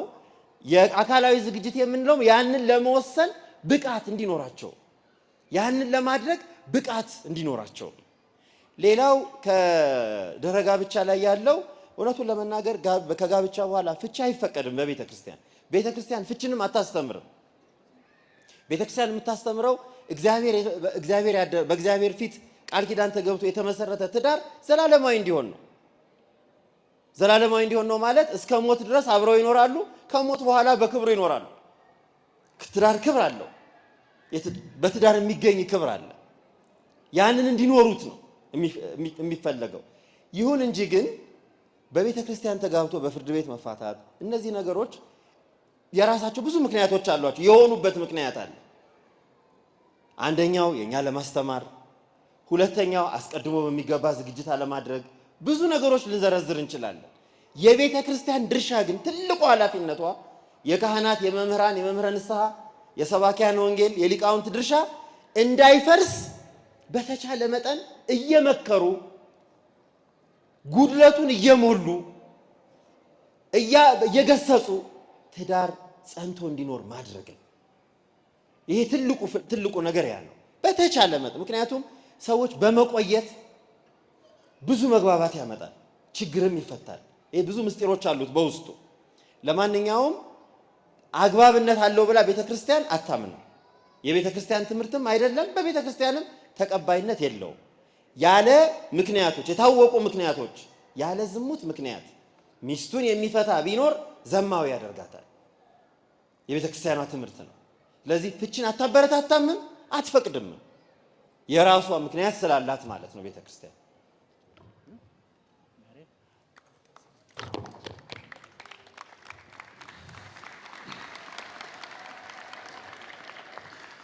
ቃለ ሕይወት ያሰማልን። በሚገባ በዚህ ርዕሰ ጉዳይ ላይ በቂ ግንዛቤ እንዳገኘው ሁላችንም እርግጠኛ ነኝ። አሁን ወደ ሊቀ ሊቃውንት ስሙር ደግሞ እናልፋለን። ከእሳቸው ጋራ ደግሞ እንደዚሁ የምናነሳው ጥያቄ ከቅዱሳን ስዕላት ጋር የተገናኘ ጉዳይ ነው። እንደምናውቀው ኦርቶዶክሳዊት ቤተክርስቲያናችን ለቅዱሳን ስዕላት ልዩ ክብር ትሰጣለች። ይሄንን ሁላችን እናውቃለን። ቅዱሳን ስዕላትን ስናይ የሚሰማንን ስሜት ሁላችን እናውቃለን። በዚህ አገባብ ደግሞ ቤተክርስቲያናችን በቅዱሳን ስዕላት ዙሪያ ላይ የምታስተምራቸው ትምህርቶች ምን እንደሆነ በቂ የሆነ ግንዛቤ እንድናገኝ አንደኛው ይሄ ነው። ሁለተኛው ከዚህ ጋር ደግሞ ተያይዞ ቅዱሳን ስዕላት ጥቅማቸውን ደግሞ አብረን የምናውቅበት የምንረዳበትን እንደዚሁ ደግሞ በሁለተኛ በሶስተኛ ደግሞ ሀሳብ መጠቅለያው ከጥቅሙ ደግሞ ባለፈ መንገድ ደግሞ በሶስተኛው ደግሞ መንገድ ለቅዱሳን ስዕላት ደግሞ የሚገባ ክብር አለ። ያው ሁላችን እንደምናውቀው በስልክ ከቨር ላይ ለጥፎ የመያዝ በቁልፍ ማንጠልጠያዎች ላይ የመያዝ ቢወድቁ ለሚገባቸው ክብር ያለመጨነቅ እንዲህ አይነት ከመውደድ ቅዱሳን ስዕላትን ከመውደድ ነገር ግን ደግሞ ልናከብራቸው በሚገባው ልክ ደግሞ ልንሰጠው የምንሰጠው ደግሞ ጊዜ ቦታ የምንላቸው ነገሮች ትንሽ ይምታቱ እናያለን እና አስተምረዋል። የቅዱሳን ስዕላትን ደግሞ ጥቅማቸውን ከዛ በኋላ ደግሞ ክብራቸውን አያያዝ ክብራቸውን በተመለከተ ሶስቱ ሊቀ ሊቃውንት ሰብሰብ አድርገው ምላሽ ቢሰጡ።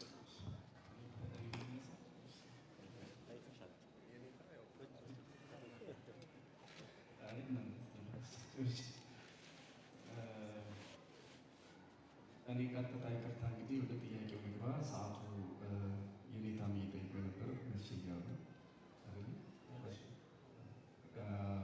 ስለዚህ አጠር አድርጌ ለመመለስ ሁለቱ እንግዲህ እኔም ብማር ብሰማ ደስ የሚለኝ ታላላቆቼ ናቸው እና የመጀመሪያው ደግሞ ጋብቻ ሌላ አምጥተውብኝ ጠያቂ ተጨንቄ ነበረ። ስለዚህ ትክክል ይመስላል ወይ ኔታ ናቸው ወይ እሳቸው ናቸው ዳንኤላቸው ሊመልሱ የሚገባኝ ነበር እና አንዳንድ ነገሮች እንዲሁ ስላነበበ ብቻ ይመጣሉ ብዬ አላስብም። የተኖረ ሲሆን ጥሩ ነው። ጃንሆይ አፄ ኃይለሥላሴ ማለት ነው። ጳውሎስ ኞኞ የሚባል ጸሐፊ ታውቃላችሁ መቼም። እስከ መቼ ድረስ ነው የነገስታትን ደብዳቤ ብቻ የምትጽፍ? እስከ መቼ ድረስ ነው ሳይንስ ስለተወለደ አይነት ነገር የምትጽፈው? ደግሞ እስኪ ትውልዱን ንገረው፣ ትውልዱ ስነ ምግባሩ እየተበላሸ ነው ብለው ሲጠይቋቸው ወይም ደግሞ ሲያዟቸው ጳውሎስ ኞኞ ምን ብሎ መለሰ? ጃንሆይ አሁን ያለኝ የንባብ እውቀት ነው፣ ከንባብ የማገኘውን ብቻ እናገራለሁ። ትውልዱን ለመምከር ግን እድሜ ያልደረሰምና ትንሽ በሰል እንዳልኩ ሳላር ያን ጊዜ እጽፋለሁ በደንብ ህይወትን ስኖረው አለና እንደ በሰልኩ ሳላር ለምክር የሚሆን መጽሐፍ እጽፋለሁ ያለው ጥሩ ነው እና ጋብቻ በተገቢ ቦታ ሲሆን ጥሩ ነው። እሱን ለማለት ነው። ስለዚህ ጥሩ ግንዛቤ አግኝታችኋል ብዬ አስባለሁ። ወደ እኔ ደግሞ ሲመጣ አሁን ከነሱ ጋር ምክረ አበው እንዳትሉት የኔን ምክረ እሁ ብላችሁ ሰዱልኝ። የወንድም ምክር ማለት ነው። ስለዚህ በስዕላት ጉዳይም በጣም ሰፊ ነገር ነው ያለው። በጣም አሳጥሬ ልናገር። የስዕላት አስፈላጊነት በቤተ ክርስቲያን ትምህርት ሆኖ የሚነገርበት ትልቁ ምክንያት ስዕል አያስፈልግም የሚሉ ሰዎች ስላሉና እኛም ማወቅ ስላለብን ነው።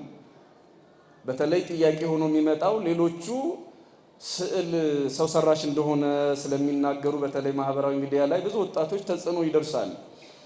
እውነትም ጥቅም የለውም እንዴ ስዕል እንደ በራሳችን ጊዜ ነው እንዴ ያመጣ ነው የሚሉ ሰዎች አይጠፉም። ለማንኛውም ባጭሩ ክርስቲያኖች የመጀመሪያው ሰዓሊ ራሱ እግዚአብሔር ነው። የመጀመሪያው ሰዓሊ ማን ነው አልኳችሁ? እግዚአብሔር ነው። ዘፍጥረት ምዕራፍ 1 ቁጥር 26 ላይ እግዚአብሔርም አለ ሰውን በመልካችን እንደ ምሳሌያችን እንፍጠር፣ ሰውን በመልካችን እንደ ምሳሌያችን ምን እንበል? በእግዚአብሔር አርአያ በእግዚአብሔር አምሳል የተፈጠረ ሰው የእግዚአብሔር ስዕል ነው፣ የሥላሴ ስዕል ነው። 318 ሊቃውንት ይህንን ነው ለኛ ዓይን እግር እጅ እንዳለን ለሥላሴ የሚያህላቸው ልዩነቱ የነሱ ረቂቅ ነው፣ የኛ ግዙፍ ነው። የነሱ በዓለም ምሉ የሞላ ነው፣ የኛ ግን ከኋላ እንኳን ምን እየተደረገ እንደሆነ የማያውቅ ነው። ስለዚህ በርቀት ይቅርና በቅርበት እንኳን ምን እየተከናወነ እንደሆነ የማያውቅ ነው ወዘተርፍ። እንዲህ አይነት ልዩነት አለ። ከዚያ ውጪ ክርስቲያኖች እኛ በአርአያውና በአምሳሉ የሳለን የእግዚአብሔር ስዕሎች ነን። ከኛ ወጣ ብለን የዳዊትን መዝሙር የተረጎመ አንድ ሊቅ አለ። ሰነፍ በልቡ እግዚአብሔር የለም ይላል የሚለውን የዳዊትን መዝሙር የተረጎመ አንድ ሊቅ እግዚአብሔርን ሰዓሊነቱን ተገርሞ እንዲህ ይላል። ይህን ግዙፍ ሰማይ እንደውም አሁን ድሮ እንግዲህ ጸሐፊዎች እንደሚሉት ዩኒቨርስ ስለሚባል ነገር ነበር የሰማነው። እሱን ተውት፣ መልቲቨርስ ተብሏል አሉ። በቃ የማያልቅ ነው እና ይሄ ግዙፍ ሰማይ በደረቱ ላይ የሚያበሩ ፀሐይ፣ ጨረቃ፣ ከዋክብት የያዛቸው ገመድ ሳይኖር እንደምታውቁት ይቺ ትንሿ ጃንጥላ እንኳን ምሰሶ አላት የላትም እንዴ? ምሰሶ ከሌላት አትቆምም። እሷ ይቺ ትንሿ በአናታችን ልክ የምትዘረጋ ጃንጥላ እንኳን ምሰሶ አላት። ይሄ ሰማይ ግን ምሰሶ የለውም። ይሄ ብቻ ይገርመናል። አናታችን ላይ ቁጥር የሌላቸው ከዋክብት ይዞሩናል። አንዳንዶቹ ከምድር ይገዝፋሉ። በቤተ ክርስቲያናችን ትምህርት ሳይቀር የሚታወቅ ነው እና የሚገርማችሁ እነዚህ ድንጋያማ ነገሮች አንዳንዶቹ ማለት ነው። እንዲያውም ኢትዮጵያም ውስጥ በዚህ ዓመት መግቢያ ነው ካልተሳሳት ወይ ባለፈው ዓመት መጨረሻ በዚህ ጅማ አካባቢ ድንጋያማ ነገሮች ከሰማይ እየወደቁ ነበር።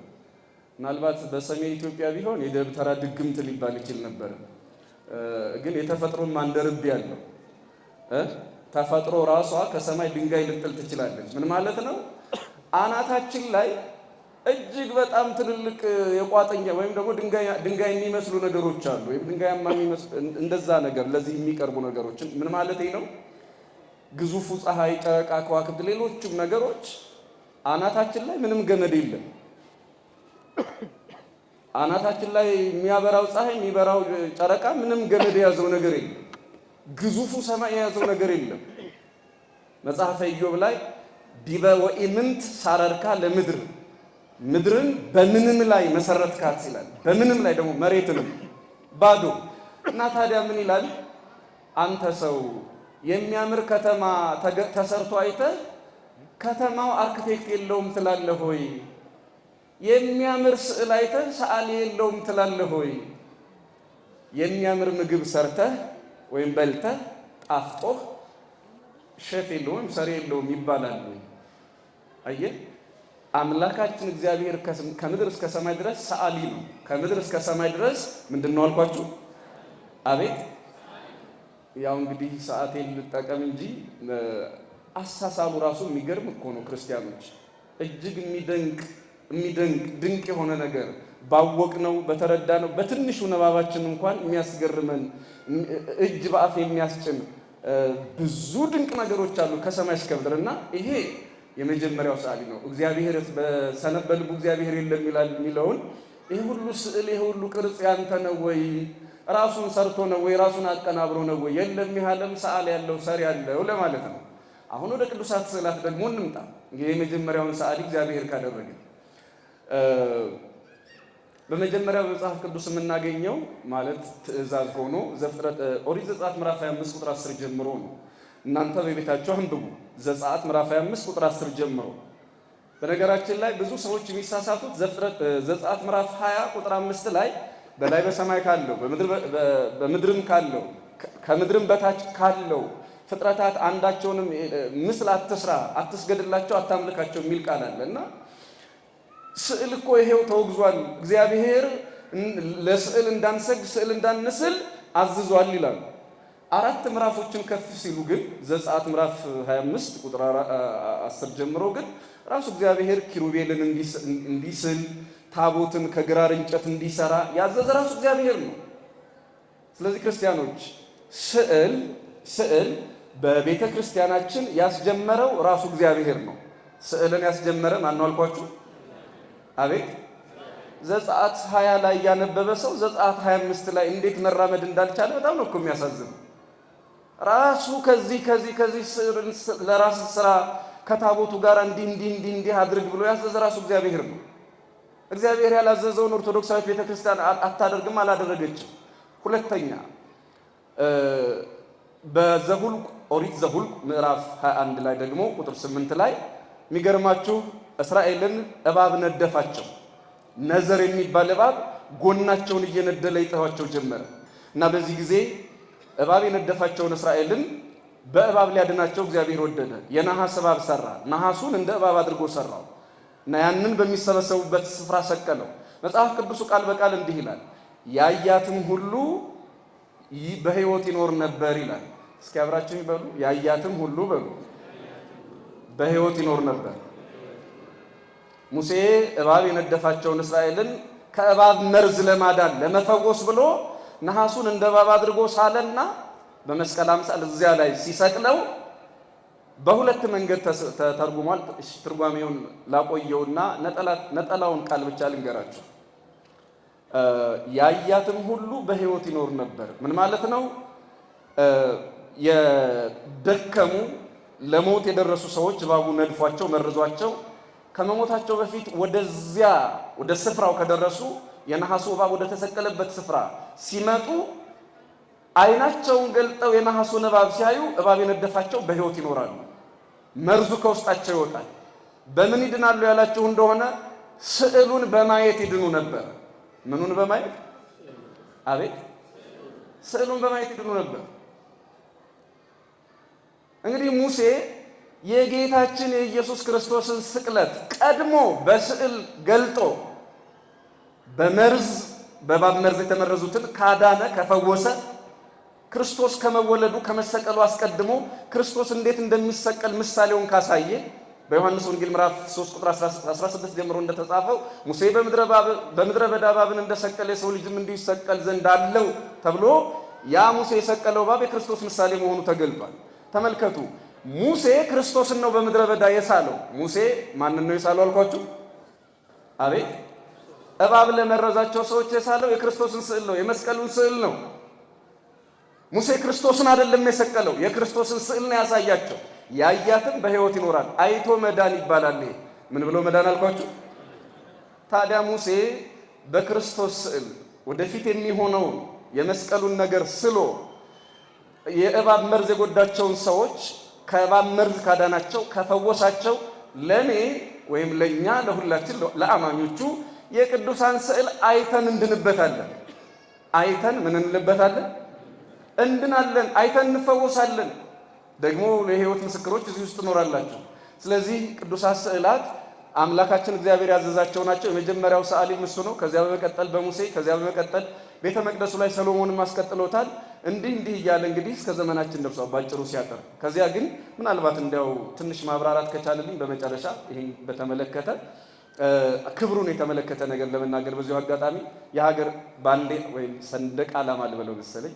ሰንደቅ ዓላማ ታውቃላችሁ፣ ሲሰቀልም ይከበራል፣ ሲወርድም ምን ይላል? አቤት ይሄ አረንጓዴ፣ ቢጫ፣ ቀይ ስንት ቀለም? 3 ቀለም። ለምሳሌ የኢትዮጵያን ባንዲራ ብናይ ለምንድን ነው ባንዲራ ሲሰቀል እንደዚህ ዜማ እየተዜመለት? እንደው መቼስ እኛ ሀገር ያ ባህል ላይኖር ይችላል። በተለይ አሁን ወይም ከቅርብ ጊዜ ጀምሮ እምላችሁ እንግዲህ ዘመኑን ላለመክፈል በዚህ ዘመን በዛ ዘመን ብሎ ግራ ላለማጋባት ነው። ብቻ ባንዲራ ሲሰቀል ሲወርድም ቆሞ አክብሮ ይሄንን ስርዓት ማድረግ ተገቢ እንደሆነ ታውቃላችሁ። ግን ለምንድን ነው ከጨርቁ ጋር ነው ጉዳያችን? ከቀለሙ ጋር ነው? እስኪ ከምኑ ጋር ነው? ባንዲራ ምን ስለሆነ ነው የሚከበረው? እስኪ ንገሩ። ምን አላችሁ? ምንድነው ክብር? ጨርቅ እኮ ነው። ምኑ ነው የሚከበረው? ቀለም ነው? ጨርቅ ነው? ምንድነው የሚከበረው? ምኑ ነው የሚከበረው? ደግሞ እኮ ሲወርድ እንዲሁ ዝም ብሎ እንደዚህ እንደኔ ነጠላ እጥፍጥፍ አድርጎ ይዞት አይሄድም። አውራጁ ታውቃላችሁ እንዴት አክብሮ እንደ ታቦት እንደሚይዘው። ምንድነው ምክንያቱ? ባጭሩ ባንዲራ ሀገር ነው፣ የሀገር ስዕል ነው። ባንዲራ የምን ስዕል ነው አልኳችሁ? አቤት ባንዲራ የሀገር ስዕል ነው። ባንዲራ የቀደደ ሀገር ቀደደ ማለት ነው ወይስ አይደለም? እስኪ ንገሩ። ሊያስኬድ ይችላል፣ ግን ባንዲራ ሲቀድሰው አዲስ አበባ ላይቀደድ ይችላል። ይቀደዳል? የትኛው ክፍል ይቀደዳል? ሰው ባንዲራ ቢያቃጥል ኢትዮጵያ ትቃጠላለች? ይሄ ማለት እንግዲህ ከሰሞኑ ወይም የሆነ ጊዜ ላይ ስዕላት ሲቀደዱ ምናምን ካያችሁ እንደዛ አድርጋችሁ ሰዱ። በነገራችን ላይ ኢየሱስ የሚል ስም ጽፌ ሸረሪት ይሄድበታል አይሄድበትም? ዝም እግዚአብሔር የሚል ስም ጽፌ ግድግዳ ላይ ቢሰቅለው ሸረሪት ያልፍበታል አያልፍበትም? አንዱ ገርሞት የእናቴ ቤት አለ ሸረሪትና በረሮ ሲመላለስበት አየሁት ስዕሉን። ወይ ጉድ! ራሱን ከበረሮ የማያድን ስዕል አለ። ምናልባት እንግዲህ አሁን ኢየሱስ የሚለው ስም በእኛም በእነሱም የከበረ ስም ነው። ኢየሱስ የሚል በትልቁ ጽፌ በረሮ ቢሄድበት ኢየሱስ ራሱን አያድንም ማለት ነው? አላህ የሚል በትልቁ ጽፌ ቤቴ ላይ ብለጥፈው አላህ የሚለውን ክቡር ስም በእስልምናው እና በረሮ አይጥ ቢሄድበት አላህ ራሱን ማዳን አይችልም ማለት ነው? ክርስቲያኖች እንዲህ አይነት ስዕል ላይና ቃላት ላይ ተአምርን የሚፈልግ ሰው በጌታችን በኢየሱስ ክርስቶስ ትምህርት አመንዝራ ተብሏል። ምን ተብሏል አልኳችሁ? ምልክትን ይሻል የሚለው በየነገሩ ሁሉ የሆነ ተአምር እንዲደረግለት ስዕሉ እንደው የቅዱስ ገብርኤል ስዕል ከሆነ አይጥ ሲሄድ እንደው አንቺ አይጥ በእኔ እንዴት መጣሽ፣ በእኔ በኩል እንዴት አለሽ ብሎ እንደው በሰይፉ እንዲከትፋት ይፈልጋል መሰለኝ። ይሄን ነው ክርስቶስ አምላካችን አመፀኛ ትውልድ፣ አመንዝራ ትውልድ ምልክትን ይፈልጋል ያለው ማቴዎስ ምዕራፍ 12 ላይ። ስለዚህ እንደው በእያንዳንዱ ነገር የአይጥና የበረሮ ታሪክ ከስዕላት ላይ መውጣት አለበት። ባንዲራ የቀደደ አዎ ሀገርን አቃሏል። ነገር ግን ሀገር ሊቃጠል አይችልም። በተመሳሳይ መልኩ ስዕል ተቀደደ ማለት ድንግል ማርያም ልትቀደድ አትችልም። ቅዱስ ገብርኤል ሊቀደድ አይችልም። ሲጀመር ስዕላት ማለት እነ መምህር ዳንኤል በሙያው ላይ ትንሽ እንትን እንዳለውም ስለማቅ እንደውም ወደሱ መልሶ ቢሄድ ደስ ይለኛል። ሪያሊስቲክም አይደሉም። ባሳታል አይደለ? እንደ ራሷ እመቤቴ ናት ብላችሁ መቼም አታረጉትም። እንደዛ አታረጉም መቼም። አንዳንድ ሰዎች አላችሁ እንግዲህ እዚህ አሁን ትልልቅ ሊቃውንት ስላሉ እኔን ባታምኑ እንኳን እነሱን እመኑ። አሁን ጽዋ ስትጠጡ ልክ እንደ ቁርባን እንደዚህ አፋችሁን የምታሽጉ ሰዎች አላችሁ ጽዋ ላይ። ከዛ ይፍቱኝ ሁሉ ብላችሁ ማለት ነው። ጽዋው ላይ ግን ምንድን ነው ያለ? በማርያም ንገሩ። ጽዋው ላይ ምንድን ነው ያለ? ምን ነው ጽዋ እዚህ የለም የሚጠጣ? ጽዋው ውስጥ ምንድን ነው ያለው? ምን አላችሁ? ካፋችሁ እንዴ? ጽዋው ውስጥ ምንድን ነው ያለ? ንገሩኛ። ጠላ እና ለጠላ ነው እንደዚህ አጎብድደ የምትሄደው? በጣም እኔ በዚህ ጉዳይ ላይ ክርስቲያኖች በደንብ አውቃለሁ። ፍቅር ነው። እመቤታችንን ትወዳላችሁ፣ ከዛ መሶበ ወርቁን ትሳለማላችሁ። ይሄም ወይ አልተጸለየበት ወይ አልተቀደሰ። እዚህ ቤተ ክርስቲያን ውስጥ አንቲ ውእቱ መሶበ ወርቅ ንጹሕን ተውስቴታ መና ህቡ በውስጧ ረቂቅ መናን የያዘች መሶበ ወርቅ አንቺ ነሽ እያልን የምንዘምርላታል። እሷ ምሳሌ ናት። ምን ማለት ነው? እዚያ ቤት ለቤት ያለው ተውትና እዚህ ቅድስት ቤተ ክርስቲያን ውስጥ ያሉ ስዕላት እንኳን ስዕሉ ራሱ እግዚአብሔር ነው። ምናልባት የጻድቃን የሰማዕታትን ብታዩ እንኳን ራሱ ስዕሉ ራሱ ነው እያልን አይደለም። እኛ ለቀለምና ለሸራ የምንሰግድ ሰዎች አይደለም። በስዕሉ ውስጥ የተሳለውን መልአክ፣ የተሳለውን ሰማዕት፣ የተሳለውን ጻድቅ፣ የተሳለውን ጌታ እያሰብን እንጂ ቀለሙንና ሸራውን አይደለም እናከብረው። ቀለሙ ላይ የሚታየን፣ ሸራው ላይ የሚታየን፣ ብራናው ላይ የሚታየን፣ ግድግዳው ላይ የሚታየን የሳልነው ጌታ ነው፣ ወይም የሳልነው መልአክ ነው፣ ወይም ደግሞ የሳልነው ሐዋርያ ነው እንጂ እንዲሁ በቀጥታ እንዲሁ ይህች እመቤቴ ናት በቀጥታ እንደው ይሄ ቅዱስ ገብርኤል ራሱ ነው ተብሎ በቤተ ክርስቲያን ትምህርት የለም። በሌላ መልኩ ደግሞ ስዕላትን እናከብራቸዋለን እንጂ አናመልካቸውም። እስኪ አብራችሁ በሉ፣ ስዕላትን በሉ እናከብራለን እንጂ አናመልካቸውም። እንኳን ስዕላትን ታቦት አናመልክም። ታቦቱ ላይ ያለውን ስም ነው የምናመልከው። አልፋና ኦሜጋ የሚለውን ስም ምንና ምን አልኳችሁ? አቤት በታቦቱ ላይ ያለውን ነው የምናመልከው። የእግዚአብሔር ስም ስለተጻፈ የሚመለክ አምላክ ስላለበት ስሙን። ከዚያ ውጪ ቁሱን ራሱን እንዴት እናመልካለን? ራሱ ቁሱን እኮ የምታመልክ ቤተክርስቲያን የለችም። እንዲህም አይነት አስተምሮ ቤተክርስቲያን ውስጥ የለም። እና ወደዚያ ወደ ጽዋው የወሰድኳቸው አለ ምክንያት አለ። ምናልባት ግልጽ አላደረገው አለፌ ድንግዝግዝ እንዳትሉ። ማክበራችሁ መልካም ነው። ጽዋን እየተቃወምኩ አይደለም፣ ማህበርን እየተቃወምኩ አይደለም፣ ሊሆንም አይችልም። ግን የምትሰግዱት ነገር አለ። ለመሶብ መስገዳችሁን አቁሙ። በዚሁ አጋጣሚ ስዕል ቢሆን እሺ ይሰገዳል። ከዚያ ደግሞ በውስጡ ጠላ ችንም ተዋት ወይ ደግሞ ውሃ አርጉበት። እኔ ከጠላ ጋር ምን ግንኙነት እንዳለ ካለ እንግዲህ በኋላ ያው እንዳልኳችሁ ታላላቆች ይናገራሉ። እና ትንሽ ለየት ልክ እንደ ቁርባን እንደ ቆራቢ ነው አካሄዱ ራሱ። በጣም እኮ የሚገርም ነው። እና ክብሩ ይኑር። ግን መሶበ ወርቅን እንደ ስዕል ባዶ ስዕል የሌለበትን መሶብ እንትን አልበሳችሁ የምታደርጉት ነገር እሱም ምናልባት ለሌሎቹ መሳለቂያ ከማድረግ ውጭ ሌላ ጥቅም የለውም። ክብሩን እየተቃወምን አይደለም፣ ጽዋውን እየተቃወምን አይደለም፣ እሱን አይደለም። ግን ልክ እንደ ስጋና ደም እንደ ቁርባን አይነት አካሄድ እዚያ ላይ ስለምናይ ነው ይሄንን ያልኩት። እና በተረፈ ቅዱሳት ስዕላት ካሉ ግን አውዚያ እንሰግዳለን፣ አውዚያ እናመሰግናለን። ነገር ግን ክርስቲያኖች ቅዱሳት ስዕላትን እናከብራለን እንጂ አናመልክም። ምናልባት በመሀል የረሳሁት ካለ እንግዲህ ሰቸው ደግሞ በመሀል የተረሳል። አይ በጣም ጥሩ ገለጻ ነው። እግዚአብሔር ይስጥልን፣ ቃለ ሕይወት ያሰማልን፣ ቃለ ሕይወት ያሰማልን። ሶስቱንም ጥያቄዎች በአንድ ላይ ጠቅለል አድርገው ጥሩ ምላሽ ነው የሰጡን። አንዳንድ ጥያቄ ብቻ እናስከትልና የመጨረሻ 5 ደቂቃ ብቻ ላይ ወስደን አሁን 1:54 ነው። እያንዳንዳችን ሶስታችሁም መምህራን 5 ደቂቃ ብቻ ወስዳችሁ ነው የምታብራሩት። ምስጢሩ ይሰፋል፣ ትክክል ነው። ግን ደግሞ እየመሸም ነው የሚለው የእናንተም ስጋት የእኛም ስጋት ስለሆነ ከቀሩ ጥያቄዎች ውስጥ ብዙ ናቸው። ግን ሶስቱን ብቻ አንዳንድ አድርገን እናንተ በፈቃዳችሁ በእናንተ መፈቃቀድ ምክንያት ገሌ የሚለው ለእናንተ እንስጥና አንደኛው ጥያቄ ከቅዱሳን ገድላት ጋር የተገናኘ ነው። ቅዱሳት ገድላትን ኦርቶዶክሳዊ ቤተክርስቲያን ቅድም ልክ እንዳነሳ ነው እንደ ቅዱሳት ስዕላት አክብራ ትጠቀምባቸዋለች። የመጽሐፍ ቅዱስ ልጆች ናቸው። ከዚህ ዙሪያ ጋራ ቅዱሳት ገድላትን የምናይበት የምናከብርበት መንገድ ምን መሆን አለበት የሚለው ነው አንደኛው።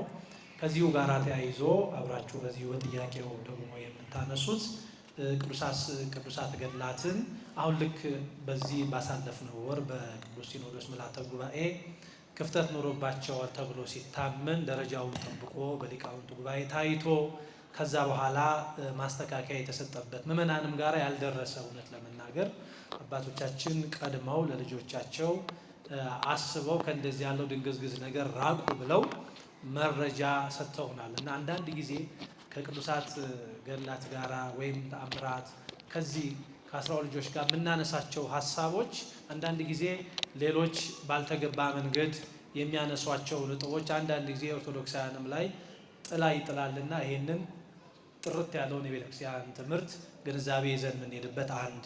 ሁለተኛ ደግሞ እጃችን ላይ ያሉ ስልኮች ዛሬ በዘመናችን መጽደቂያችንም መኮንኛችንም ደግሞ የሆኑ መጥተዋል። በተለይ ሶሻል ሚዲያ ሁሉ ነገር ሶሻል ሚዲያ ላይ የሆነ ከመጣ መቼም ቀላል ጊዜ አይደለም ያለውና በዚህ ዙሪያ ኦርቶዶክሳውያን ስልኮቻቸውን ሶሻል ሚዲያ ላይ ሃይማኖታቸውን ጠብቀው ስርዓተ ቤተክርስቲያንን ጠብቀው ኦርቶዶክሳዊ ትምህርትን ይዘው እንዴት እጃቸው ላይ ያለውን ስልክ ወደ ድነት ወደ በጎ ነገር መሄጃ አድርገው ይጠቀሙበታል የሚለው ሁለተኛው ጥያቄያችን ነው። ሶስተኛው እዚህ የተሰባሰበ ብዙ ምዕመን ስላለ ከአስራት ጋር የተገናኘ ነው። አንዱ የተነሳው ጥያቄ አስራት በመጽሐፍ ቅዱስ ትምህርት እንዴት ይታያል ነው። ሁለተኛም ደግሞ አስራታችንን ለምሳሌ እዚህ ያለው የቡልቡላ ህዝብ እዚሁ አጥቢያ ያለ ይሆንና አይ ደግሞ እዚህ ያለው ህዝብ ብዙ ነውና ደግሞ ወደ ገጠሪቱም ደግሞ ወደ ማህበራትም ደግሞ ወደ ሌሎች ማህበራዊ ነገሮች ላይ አስራቴን ብጠቀም ምን ችግር አለው ደግሞ የሚል ጥያቄ ይነሳልና ከዚህ አንፃር ኦርቶዶክሳዊ አስተምሮ ምንድነው የሚለውን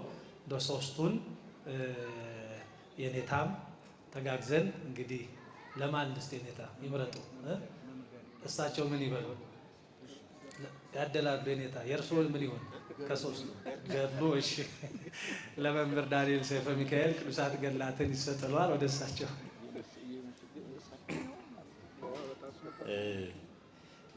ስለ ገድል ብዙ ሰምታችኋል ሰሞኑን አይደል በጣም ብዙ ትምህርት በተለያየ መንገድ ሰምታችኋል እንደው አሁን ረጅም ደግሞ እንደገና ያንን ሁሉ ለመድገም ሳይሆን የተወሰኑ ነገሮች ብቻ ዋና ዋና ነገሮች አነሳለሁ አንደኛው ገድል ማለት ያው በዚህ በእኛ አሁን በቤተ ክርስቲያንም አንዳንድ መግለጫዎች ሲሰጥ ሰምታችኋል ቤተ ክርስቲያን እና ምእመናን ከገድል የተለየ ህይወት ሊኖራቸው አይችልም ገድል የሚባለው ጽሁፉ ራሱ የጀመረው ስለ ገድል ስርዓቱ አሁን የምንጠቀመው የገድል መዋቅሩ የስነ ጽሁፉ መዋቅር ራሱ የተወሰደው ከመጽሐፍ ቅዱስ መጽሐፍ ቅዱሳዊ ነው መሰረቱ የተወሰኑ ምሳሌዎችን ልንገር አሁን ወደ ብሉይ ኪዳን ብንሄድ ቅድም ያነሳሁላችሁን የአብርሃም ታሪክ የአብርሃም ስራ ነው ሙሴ 40 ዓመት ሙሉ ከምድያም በረሃ ጀምሮ ያን ሁሉ ተአምር አድርጎ እግዚአብሔር በፈቀደው መንገድ ቀይ ባህር ላይ ፈርዖንን አስጥሞ እስራኤልን ከባርነት አውጥቶ ምድረ ርስት እስኪደርሱ ድረስ የሄደው ጉዞ ትልቅ ገድል ነው የሙሴ ገድል እግዚአብሔር የሚከብርበት ነው እንግዲህ ዋናው መሰረቱ መጽሐፍ ቅዱስ ነው በሐዲስ ኪዳን ያለውን ብቻ ልምጣና ብዙ እንደው በተለይ ደግሞ ለጠያቂዎች መልስ እንዲሆን በሐዲስ ኪዳን የመጀመሪያው ገድል ጸሐፊ ወንጌላዊ ሉቃስ ነው የመጀመሪያው ገድል ጸሐፊ የጻፈው ገድል ደግሞ የመጀመሪያዎቹን ክርስቲያኖች ተጋድሎ የሐዋርያትን ገድል ነው የጻፈው በዓለም በቤተ ክርስቲያን ታሪክ ውስጥ በክርስትና ትውፊት የገድል መጽሐፍ የሚጀምረው አብረክሲስ ወይም ግብረ ሐዋርያት ከሚባለው ከሐዋርያት መጽሐፍ ነው ከሱ ነው የሚጀምረው እዚያ ውስጥ ደግሞ የሐዋርያት መጽሐፍ ውስጥ ደግሞ ሌላ ደግሞ የየራሳቸው ገድል አለ ለምሳሌ የቀዳሚ ሰማዕት የቅዱስ እስጢፋኖስን ገድል እዚያው የሐዋርያት ሥራ ውስጥ ታገኛላችሁ ቅዱስ እስጢፋኖስ ያደረገው በሃይማኖት ከምዕመናን ተመርጦ መጀመሪያ ምዕመን ሆኖ ከዚያ ከምዕመናን ተመርጦ ዲያቆን ሆኖ ከዚያ አድጎ ትልቅ የቤተ ክርስቲያን የክርስቶስ ምስክር ሆኖ በአይሁድ ፊት ያንን በጣም አስደናቂ ምስክርነት መስክሮ በሰማዕትነት ያረፈ ሰማዕት ነው የሱን ገድል መጽሐፍ ቅዱስ ጽፏል ሁለተኛው የገድል ጸሐፊ ቅዱስ ጳውሎስ ነው የቅዱስ ጳውሎስ የገድል አጻጻፍ ነው በጣም በተለየ ሁኔታ ምን ይላሉ የመጽሐፍ ቅዱስ ጥናት ምሁራን እምነትን ከገድል ጋር ያስተሳሰረ ጽሁፍ ይሉታል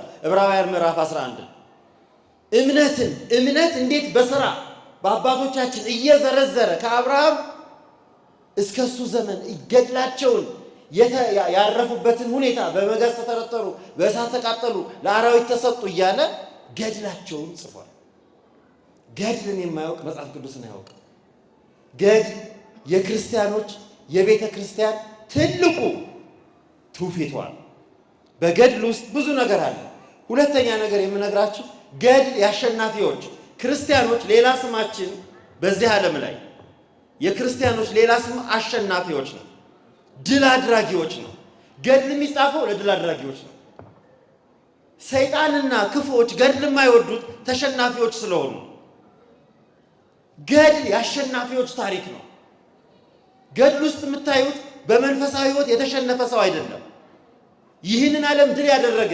ዲያብሎስን የቀጣ ያስበረገገ ያባረረ ያሸነፈ ሰው ታሪክ ነው ገድል ማለት ገድል በቤተ ክርስቲያን ድል የነሳው አምላክ ተከታዮችና ምስክሮች የሆኑ ታሪካቸው ገድል ድል ያልነሱ ሰዎች ገድል አይወዱም ምክንያቱም ገድል የላቸውም ድል አልነሱማ የተሸነፉ ሰዎች ገድል የላቸውም። ተሸንፈዋላ ከየት ያመጡታል?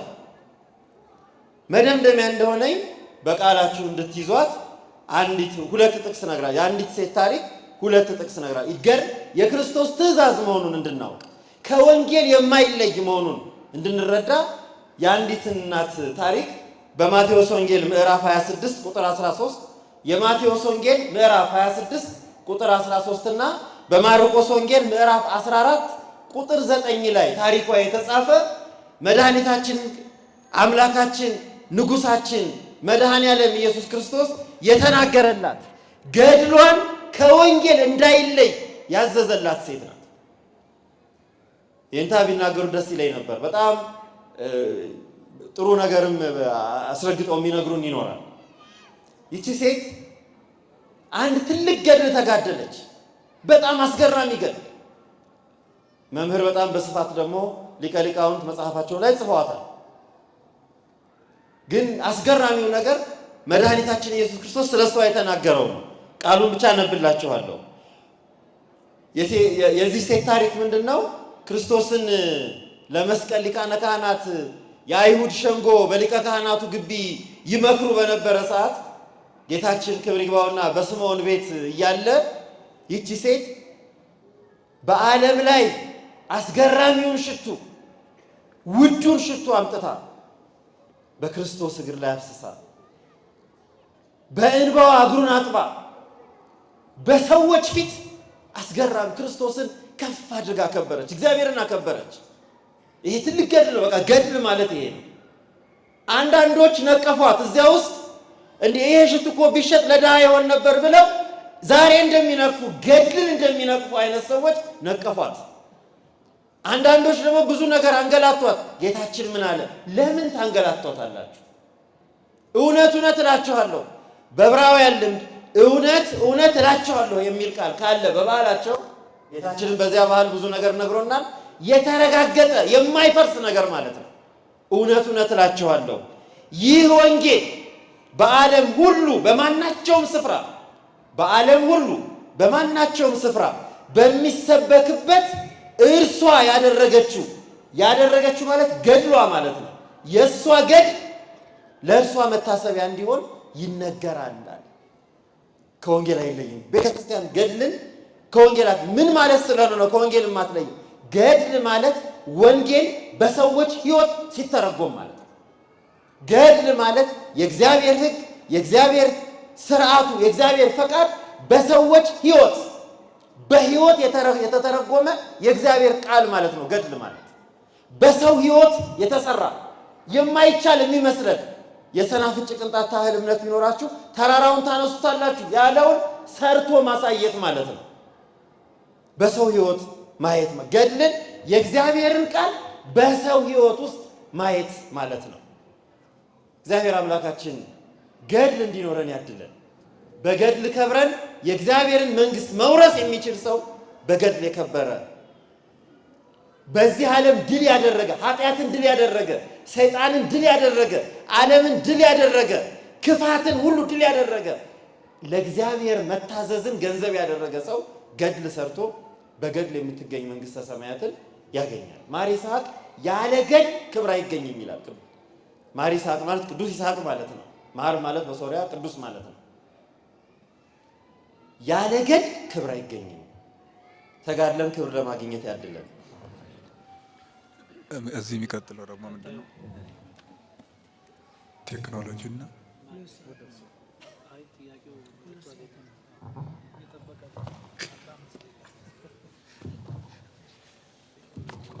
እኔ ብዙ ችኩል ነህ ይሉኛል፣ ስልቹ ነህ ይሉኛል። አዎ ስልቹ ነኝ። እናንተም ከኮልፌ ነው የመጣሁት፣ በጣም ሩቅ ነው። እናንተ ቅርብ ልትሆኑ ትችላላችሁ፣ ግን ሁላችሁም እንዴት እንደምትናገሩ ጨንቋችሁ ነው እንጂ ኧረ መቼ እያላችሁ ነው። እኔ አፉኛችኋለሁ፣ ተናግሬላችኋለሁ። አፈ ጉባኤ ማለት ነው። እና ጠቅለል ያለ ሀሳብ ልናገር። እንግዲህ እኔ ቅድም ስለ ስዕል በተናገሩት ጉዳይ ላይ እኔ ማምለኪያችን ነው ማምለኪያ ትሪ መብያ ነው እንጂ አይበላም። ብርጭቆ መጠጫ ነው እንጂ አይጠጣም። ስዕል ማምለኪያ ነው እንጂ አይመለክም። አምለክንም አናውቅም። ይሄን አድርገን ነው አናውቅም። ቤተክርስቲያኖች ምን ታስተምራለች? እኔ እንዲያው እንዲህ አይነት ጥያቄዎች በተነሱ ቁጥር መረበሽ፣ መታወቅ የቆምንበትን ውሃ ልክና አሸዋ የሚያሳይ እንጂ ሰዎች ብዙ ሊናገሩ ይችላሉ። በሆነ ጊዜ እግዚአብሔር የለም ያሉ ሰዎች ነበሩ። ዛሬ እግዚአብሔር አለ፣ እነሱ የሉ። ሰዎች ስር ቀደዋል ተብሏል። ይሄ የተቀደደ ህሊና፣ የተቀደደ ማንነት፣ የተቀደደ አይደንቲቲ እንኳን ስዕል ራስን ያስቀድላል፣ ቀጥሎ ራሱን ያጠፋል። አሁን ስዕል የቀደደ በሚቀጥለው ፕሮግራም ራሱ ነው የሚቀደው። በጊዜ ሃይባይ ዘመድ ከሌለውና ወደ ሐኪም ቤትም ወደ ጸበል የሚወስድ ከሌለ። ስለዚህ እኔ እመቤታችንን እንወዳታለን፣ እናከብራታለን። እንኳን የድንግል ማርያም ስዕል የእናታችን ስዕል እንኳን ትቢያ አይበንበትም፣ ይከበራል። እናቶቻችሁን የሞቱባችሁ በተለይ እንደኔ የእናታችሁን ፎቶ በአልበም ይዛችሁ እየተሳለማችሁ ትሄዱ፣ እየሰማችሁ ትሄዱ የለ እና የድንግል ማርያም ስዕል ቢሳል፣ የድንግል ማርያም ስዕል ቢሰገድለት አክብሮታችንን ለመግለጥ በዚህ በኩል አንቺ አለሽ እያል ለማሳየት እንጂ እውነቱን ለመናገር እነዛ እናየለ የገባቸው እኛን ሳይገባን ቀርቶ አይደለም፣ ሳንረዳም ቀርተን የእውቀትም የእምነትም እጥረት የለብን። ይክበር ይመስገን እግዚአብሔር። በሌላ በኩል ደግሞ ቅድም ገድል የተባለው ቅድም እንዳልኳችሁ ዛሬ አውቶባዮግራፊ እየተባለ ብዙ ሰዎች ህይወት ታሪካቸውን ይጽፋሉ። በዛ አልፈን በዛ ወተን በዛ ወርደን ጨምረውም ቀንሰውም ማጥበብም ማስፈተውም ታሪካቸው ይናገራሉ። ቅዱሳን ገድል ጻፉልን አላሉ። ገድል ዮሐንስ በሄሮድስ ሰይፍ አንገቱ ሲታረድ ከ2000 ዓመት በኋላ ሸንኮራ ጸበል እንድታፈልቅልኝ ብሎ እግዚአብሔር ጋር አልተፈራረመም። እሱ የሚገባውን አደረገ፣ እግዚአብሔር የሚገባውን አደረገለት። ገድሉን አልጻፉልኝ አላለ። ጊዮርጊስ ገድሉን ጻፉልኝ አላለ። ቅዱሳን ስራቸውን ይሰራሉ እንጂ የሰሩት ነገር እንዲጻፍላቸው አያደርጉም። ነገር ግን በዚህ በትንቢተ ሚልክያስ ይችንም ስሙኝ፣ በትንቢተ ሚልክያስ ምዕራፍ 3 ቁጥር 16 ላይ ተብሎ ተጽፏል። እግዚአብሔር ለሚወዱ ስሙንም ለሚፈሩ በፊቱ የመታሰቢያ መጽሐፍ ተጻፈላቸው። ተው የመታሰቢያ መጽሐፍ ይጻፍላቸዋል። ይቺ ሴትዮ ሽቶን ያፈሰሰችው ተንበርክካ ኃጢአቷን የተናገረችው በጸጉሯ ጉድ የጠረገችው በሰይፍ አልታረደች፣ በሳት አልነደደች፣ ቆዳዋ አልተገፈፈ፣ ሰውነቷ አልተገረፈ፣ መከራ አልተቀበለች። ኃጢአቷን በማመኗ ብቻ ክርስቶስ ምንድን ነው ያለው? ወንጌል በሚሰበክበት ሁሉ በዓለም ዙሪያ ታሪኳ ይነገርላት አለ። አልባዋን አፍሳ ደማቸውን ያፈሰሱት ኃጢአቷን አስተስረያ ለሰዎች መከራ የተቀበሉትን ሰዎች እንወዳቸዋለን፣ እናከብራ፣ የታገሱትን ብፁዓን እንላቸዋለን። እና እኔ በእውነት የገድሉ ጉዳይ በየዩቲዩቡ ብዙ ትምህርት ተሰጥቶ በስዕሉም ላይ ሌሎች መምህራን ከኛም ሰፋ አድርገው ያስተማሩ ሰዎች ዩቲዩብ ላይ ያንን ተመልከቱ። በሌላ በኩል ይሄ ቴክኖሎጂ እንዴት እንጠቀምበት የሚለው ላይ በደንብ ስልካችሁን ቤታችሁ ይዩ። እውነቱን ለመናገር ዛሬ እጃችን ላይ መሞቻችንም መዳኛችንም ተይዟል። አሁን ቲክቶክ ብትሉት ፌስቡክ ብትሉት ስንት የሚጻፉ ቁም ነገሮች እኔ ሰዎች እየቆረጡ የሚልኩልኝ በእውነት 100 ገጽ 200 ገጽ ያለው መጽሐፍ ከማንበብ እኩል የሚቆጠሩ አጫጭር ጽሑፎች ይጻፋሉ። ልባም ሰዎች የሚጽፏቸው እንደገና ደግሞ በዩቲዩብ ራሱ ስንት አይነት የሳይኮሎጂው፣ የፍልስፍናው፣ የሂስትሪው የብዙ አይነት መጽሐፍ እየተተረከ ሰምቻለሁ። እኔ እግዚአብሔርን አመስግኛለሁ። ይህን ቴክኖሎጂ የሰራውን ሰውዬ ሙቶ ከሆኑ ነፍሱን ይመር፣ ካለ ሕይወቱ ይጠበቅ ብያለሁ፣ ተጠቅሜበታለሁ። ነገር ግን ሱቅ ውስጥ አንድ ሰው መርዝም ወተትም ይሸጣል። ልጥፋ ካልክ መርዙን፣ ልፋፋ ካልክ ወተቱን መግዛት ያንተ ስራ ነው። መርጦ ደህና መሻችሁ እየሰማችሁ ነው። ሱቅ ውስጥ መርዝም ወተትም አለ። ሊጠፋ የፈለገ መርዙን፣ ሊፋፋ የፈለገ ምኑን ይገዛል? ወተቱን ይገዛል። ባለ ሱቁ ዋጋ እስካወጣለት ድረስ እንደውም ብዙ መርዝ ገዢ ከበዛ ወተቱን ቀንሶ መርዝ ማምጣት ይጀምራል። የንግድ ጉዳይ ነው፣ ታውቁታላችሁ። ቲክቶክ ላይ ዩቲዩብ ላይ እኔ በቲክቶክ በዩቲዩብ የምናያቸው እኔ ባለፈው ተናግሬያለሁ። እኔ ቲክቶክ ላይ ዩቲዩብ ላይ አንዳንድ የምናያቸው ሰዎች እኔ አማኑኤል ለሕክምና ሂደው ሆስፒታሉ ለጊዜው ሞልቷል፣ አልጋ እስኪለቀቅላችሁ ድረስ ቲክቶክ ላይ ጠብቁ ብሎ ያሰናበታቸው ይመስሉኛል። እግዶች፣ ቀውሶች። እኔ በዚህ ልክ ሰው ሊወርድ ይችላሉ፣ በዚህ ልክ ሊያሽቆለቁል ይችላሉ ብዬ ጠይቄ ነበረ። መልሱን አግኝቼዋለሁኝ።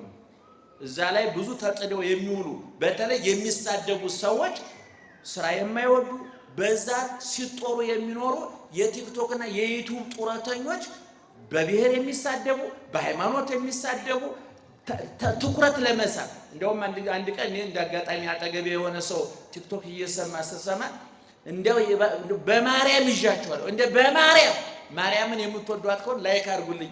ይሄ ማለት ማን ነው? ስለ አይነ ብርሃን ስለ ማርያም በሳንቲም ጣሉልኝ ከማለት የተለየ አይደለም። ከቤተሰብ ውጭ ሆነ አየር ላይ ስለሆነ ስለማይታይ ይችላል። ስለዚህ እኔ የቴክኖሎጂን ጠላት አይደለሁም። ይሁን ደግሞ ሚስቱን ይወጋበታል። እኔ በሽንኩርት መከትፎ መጠቀም ነው እኛ አጠቃቀሙ ነው እንጂ የቴክኖሎጂ ጠላቶች አይደለም። ክርስቶስ የሚገርማቸው እኛ ዛሬ በስፒከር ይሄን ሁሉ ህዝብ እያስተማር ነው። በክርስቶስ ዘመን ለማስተማር እንዲህ የምስ ሲሆን ተራራ ላይ ጉብ ያለ ቦታ ይወጣ ነበር ክርስቶስ።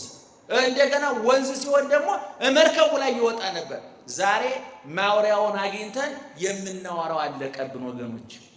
ይህን ድል እነ ቄርሎስ እነ ዮሐንስ አፈወርቅ እነ ቅዱስ ጳውሎስ አግኝተውት ቢሆን እንደዚህ ፍስስ እንዳላችሁ ቅዱስ ጳውሎስ አግኝቷችሁ ቢሆን ቅዱስ ጴጥሮስ አግኝቷችሁ እንደው ክርስቶስ በመዋዕለ ትምህርቱ አግኝታችሁ ቢሆን እንዴት ልቡር ሲል ነበር ነው ለመናገር። ቴክኖሎጂ መጥፎ አይደለም። ቴክኖሎጂ ጠቃሚ ነው። ፈረንጅ በነገራችን ላይ 3 ነገሮች አሉ። ሳይንስና ቴክኖሎጂ ኑሯችንን አቃሏል። ፍልስፍና ስነ ልቦና አስተሳሰባችንን ቀይሯል። ክርስትና ህይወታችንን ለውጧል። ሁሉም ጠቃሚ ነው። አጠቃቀሙን ግን እኛ ማወቅ አለብን። እቤት ልጆች ምን ነው የምታሳዩአቸው? አሁን እኛ ቤት እንግዳ ሲመጣ ልጆቹ ስልክ ተቀብለው ወደ መሳብ ሁሉ ቀረ። ይገርማቸው። አሁን ልጆቻቸው ሰው ይስማቸዋል። ልጆቻቸው ሰው ሊስማቸው አልቻሉም። ሞባይል ተቀብለው መኝታ ቤት ነው የሚደበቁት። እኛን ረስተው ከብረት ጋር ተጣበቁ።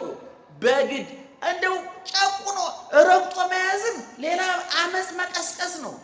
ፈቶ መልቀቅም ልክ አይደለም። እየመረጣቸው አሳዩአቸው። ዛሬ ባልና ሚስት አንድ አልጋ ላይ ተኝተው እሷ በሌላ ቲክቶክ እሱ በሌላ ቲክቶክ ሁለቱም አንድ አልጋ ላይ ተኝተው እሱ አሜሪካ እሱ ኢትዮጵያ ነው ያሉት። ይገርማቸው። እዳ ገብተናል። ታውቁታላችሁ። ምን እኔ እንደውም አንዲት የዛሬ 3-4 ዓመት አንድ ሽምግልና ሄዶ ባለቤቴ ሌላ ተጨማሪ ሴት ይዟል ብላ ሴትዮዋ ተናገረች። አረ እንደው ምን እንደው ታውቃላችሁ? እቺ ኢንተርኔቷ ናት የኔ እንደ ውሽማ ይበጠበጠችኝ። ከቢሮ ሲመጣ እሷ ላይ ነው የሚተከለው አይኑን። ላገኘው አልቻልኩም። እኔ ወንድሜ እዛ ቲክቶክ ስትጎረጉር ቲክቶክ ላይ አይነን ስታፈጥ ሚስትህ እንዳታመልጥ፣ ባልሽ ትዳርሽ፣ ልጆቻችሁ እንዳያመልጧችሁ። ቴክኖሎጂ በጣም ጠቃሚ ነው። ሁሉን ለበጎ አደረገ እግዚአብሔር። ሁሉም በጊዜው ውብ አድርጎ ሰራው። እኔ የቴክኖሎጂ መጥፎ የለው፣ ያጠቃቀም ግን መጥፎ አለው። ቅድም እንዳልኩ ጧት ማደላተ 12 ሰዓት ተነስታችሁ በሰላም አሳድረኝ የምትሉት እኮ እግዚአብሔር ናል። ቲክቶካችሁን እኮ ነው። እውነቱን ለምንድነው መድኃኒዓለም በሰላም ስላሳደርከኝ አመሰግናለሁ። ልክ አይኑን እንደገለጠ እንዲያሻሸ እስቲ ምን ተፈጥሮ ይሆን? ምንም የተፈጠረ ነገር የለም። በቃ እንዳንተ ወሬኞች እዛ ተጠደው ሲያወሩ አድረዋል። እነሱ ስራ ብለው እንጀራቸውን እየታየ ዳቦ እየጋገሩ እንጀራ እየወጡ እየሰሩበት ነው። ኪሳቸውን እየሞሉ ኑሯቸውን እያሻሻሉ ነው። አንተ እየተባላ አሁን በሃይማኖት ጉዳይ እኔ አሁን ቲክቶክ ላይ ሰዎች እየቆረጡ የሚልኩልኝ አንድ ሴት ይሏለች። እውነቱን ለመናገር ስሟ ወበረካቱ ብላ ስለምትጀምር ሙስሊም ናት ብያዝ እኔ እንዲህ አይነት አንደበቷ የረከሰ የቆሸሸ ሴት ቅዱሱን ደጉን የኢትዮጵያን ሙስሊም አትወክለው። ሙስሊም ወገኑ እናቃቸዋል። ጎረቤቶቻችን ናቸው። በየቦታው እናገኛቸዋለን። አብሮ መኖር የሚፈልግ 99% ሙስሊም አብሮ መኖር የሚፈልግ ነው። አንዳንድ ሰዎች ግን አንደበታቸው ያልተገረዘ ንግግራቸው ያልታረመ እንዴ የደንቆሮ የተዋህዶ ህዝብ የኢትዮጵያ ቤተክርስቲያን አለች አንድ ቀን ነገስታቱ፣ መሳፍንቱ፣ መኳንንቱ የፈለሰፏት እንጂ መጽሐፍ ቅዱስ ውስጥ የለችም። ኢየሱስ ክርስቶስ አምላክ ነው የሚል መጽሐፍ ቅዱስ ውስጥ የለም ማለት ነው። እኔ እቺ ሴትዮ ሙስሊም ከሆነች አንደኛ ስለ መጽሐፍ ቅዱስ ምን አገባት? እኔ ስለ ቁርአን የማልናገረው ለምንድን ነው? አንደኛ ሃይማኖት አይደለም፣ ሁለተኛ አልገባኝም።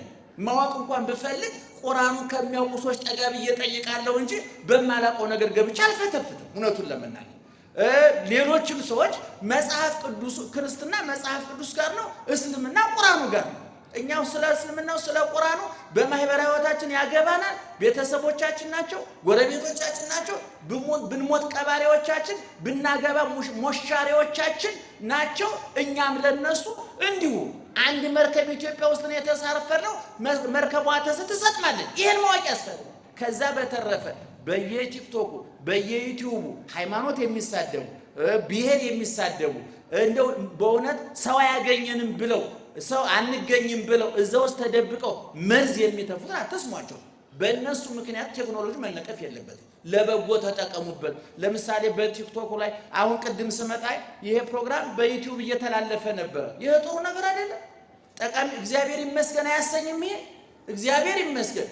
በዛው ልክ ደግሞ በዛው ሰዓት ሌላ እርግማን፣ ጥላቻ፣ ርኩሰት ሚለያይ የሚያፈርስ የሚበትን የሚያቆስል የሚያደማ የሚያቆሽ የረከሰ ቃል ይተላለፋል። ደይደክ ሀበዘ ፈቀርከ እሳትና ፍትፍት አቅርቤልሃለሁ ልቃጠል ካልክ ወደ እሳቱ ልትገብ ካልክ ወደ ፍትፍቱ እጅህን ዘርጋ ብሎ የነጻነት አምላክ ተናግሯል። ስለዚህ ቴክኖሎጂ ብዙ መጥፎ ነው ብዬ አላስብም። አሁን መሸ የሚል ሰው ይሄን ያህል ማስረዘም ነበረበት? የኢትዮጵያ ጠባይ ነው።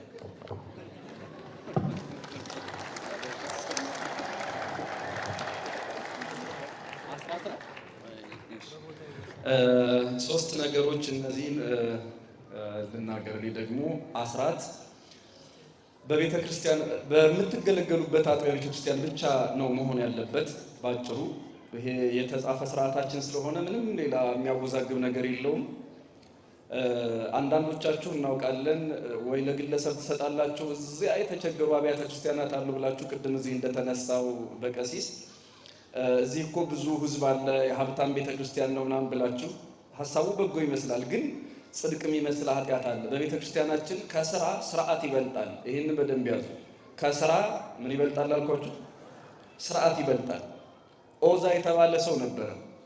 ታቦቱን ይወደዋል፣ ግን ታቦተ ጽዮን ከምትወድቅ እኔ ልውደቅላት ብሎ እጁን ታቦተ ጽዮን ላይ ጫነ። የእግዚአብሔር መልአክ አልማረው፣ ቆረጠው፣ ገደለው። ስፍራውም እስከ ዛሬ ድረስ የኦዛ ስብራት ተባለ። በጎ እኮ ነበር ያደረገው፣ ግን ከስራ ምን ይበልጣል ነበር ያልኳችሁ? ስርዓት ይበልጣል። ታቦቱን መንካት ካልቻለ መንካት የለበትም። የሚያደርገው በጎ ስራ እንኳን ቢሆን በተገቢው ሰው ነው መሆን ያለበት እንጂ በማይገባው ሰው የሚገባ ስራ ሊሰራ አይገባም። የሚገባው ሰው ነው የሚገባውን ነገር ማድረግ የነበረበት። ኦዛ እንደዚያ ነው እና ኦዛዎች እንዳንሆን ስርዓትን ማክበር የቤተ ክርስቲያናችን አንዱ ግዴታ ነው። የክርስትናችንም አንዱ መገለጫ ነው እና አገልግሎት በምታገኙበት በአጥቢያችሁ በተመዘገባችሁበት ቀርባችሁ በሆነው ቤተ ክርስቲያን በዚያ አስራታችሁን መስጠት ይገባችኋል። ከዚያ ውጪ ምን ችግር አለው? አንድ ቤተ ክርስቲያን አይደል የምትሉ ካላችሁ ለምሳሌ አለርት የመንግስት ጥቁር አንበሳ ምንድን ነው?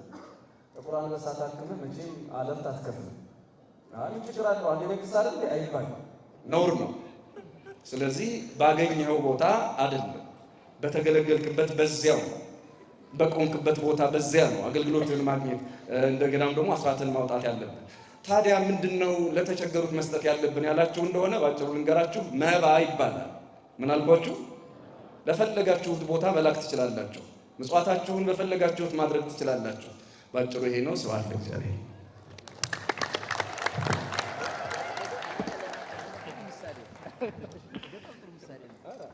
ሶስቱንም ሊቃውንተ ቤተክርስቲያን መምህራኖቻችንን እጅግ አድርገን እናመሰግናለን።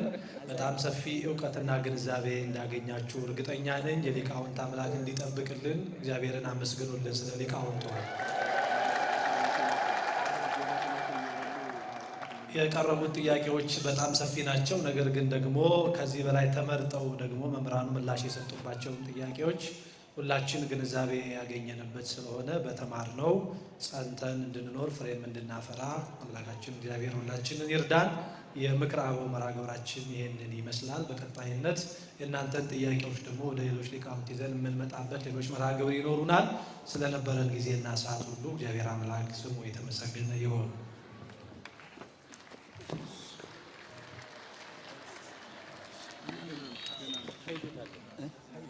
እንደምን ቆያችሁ?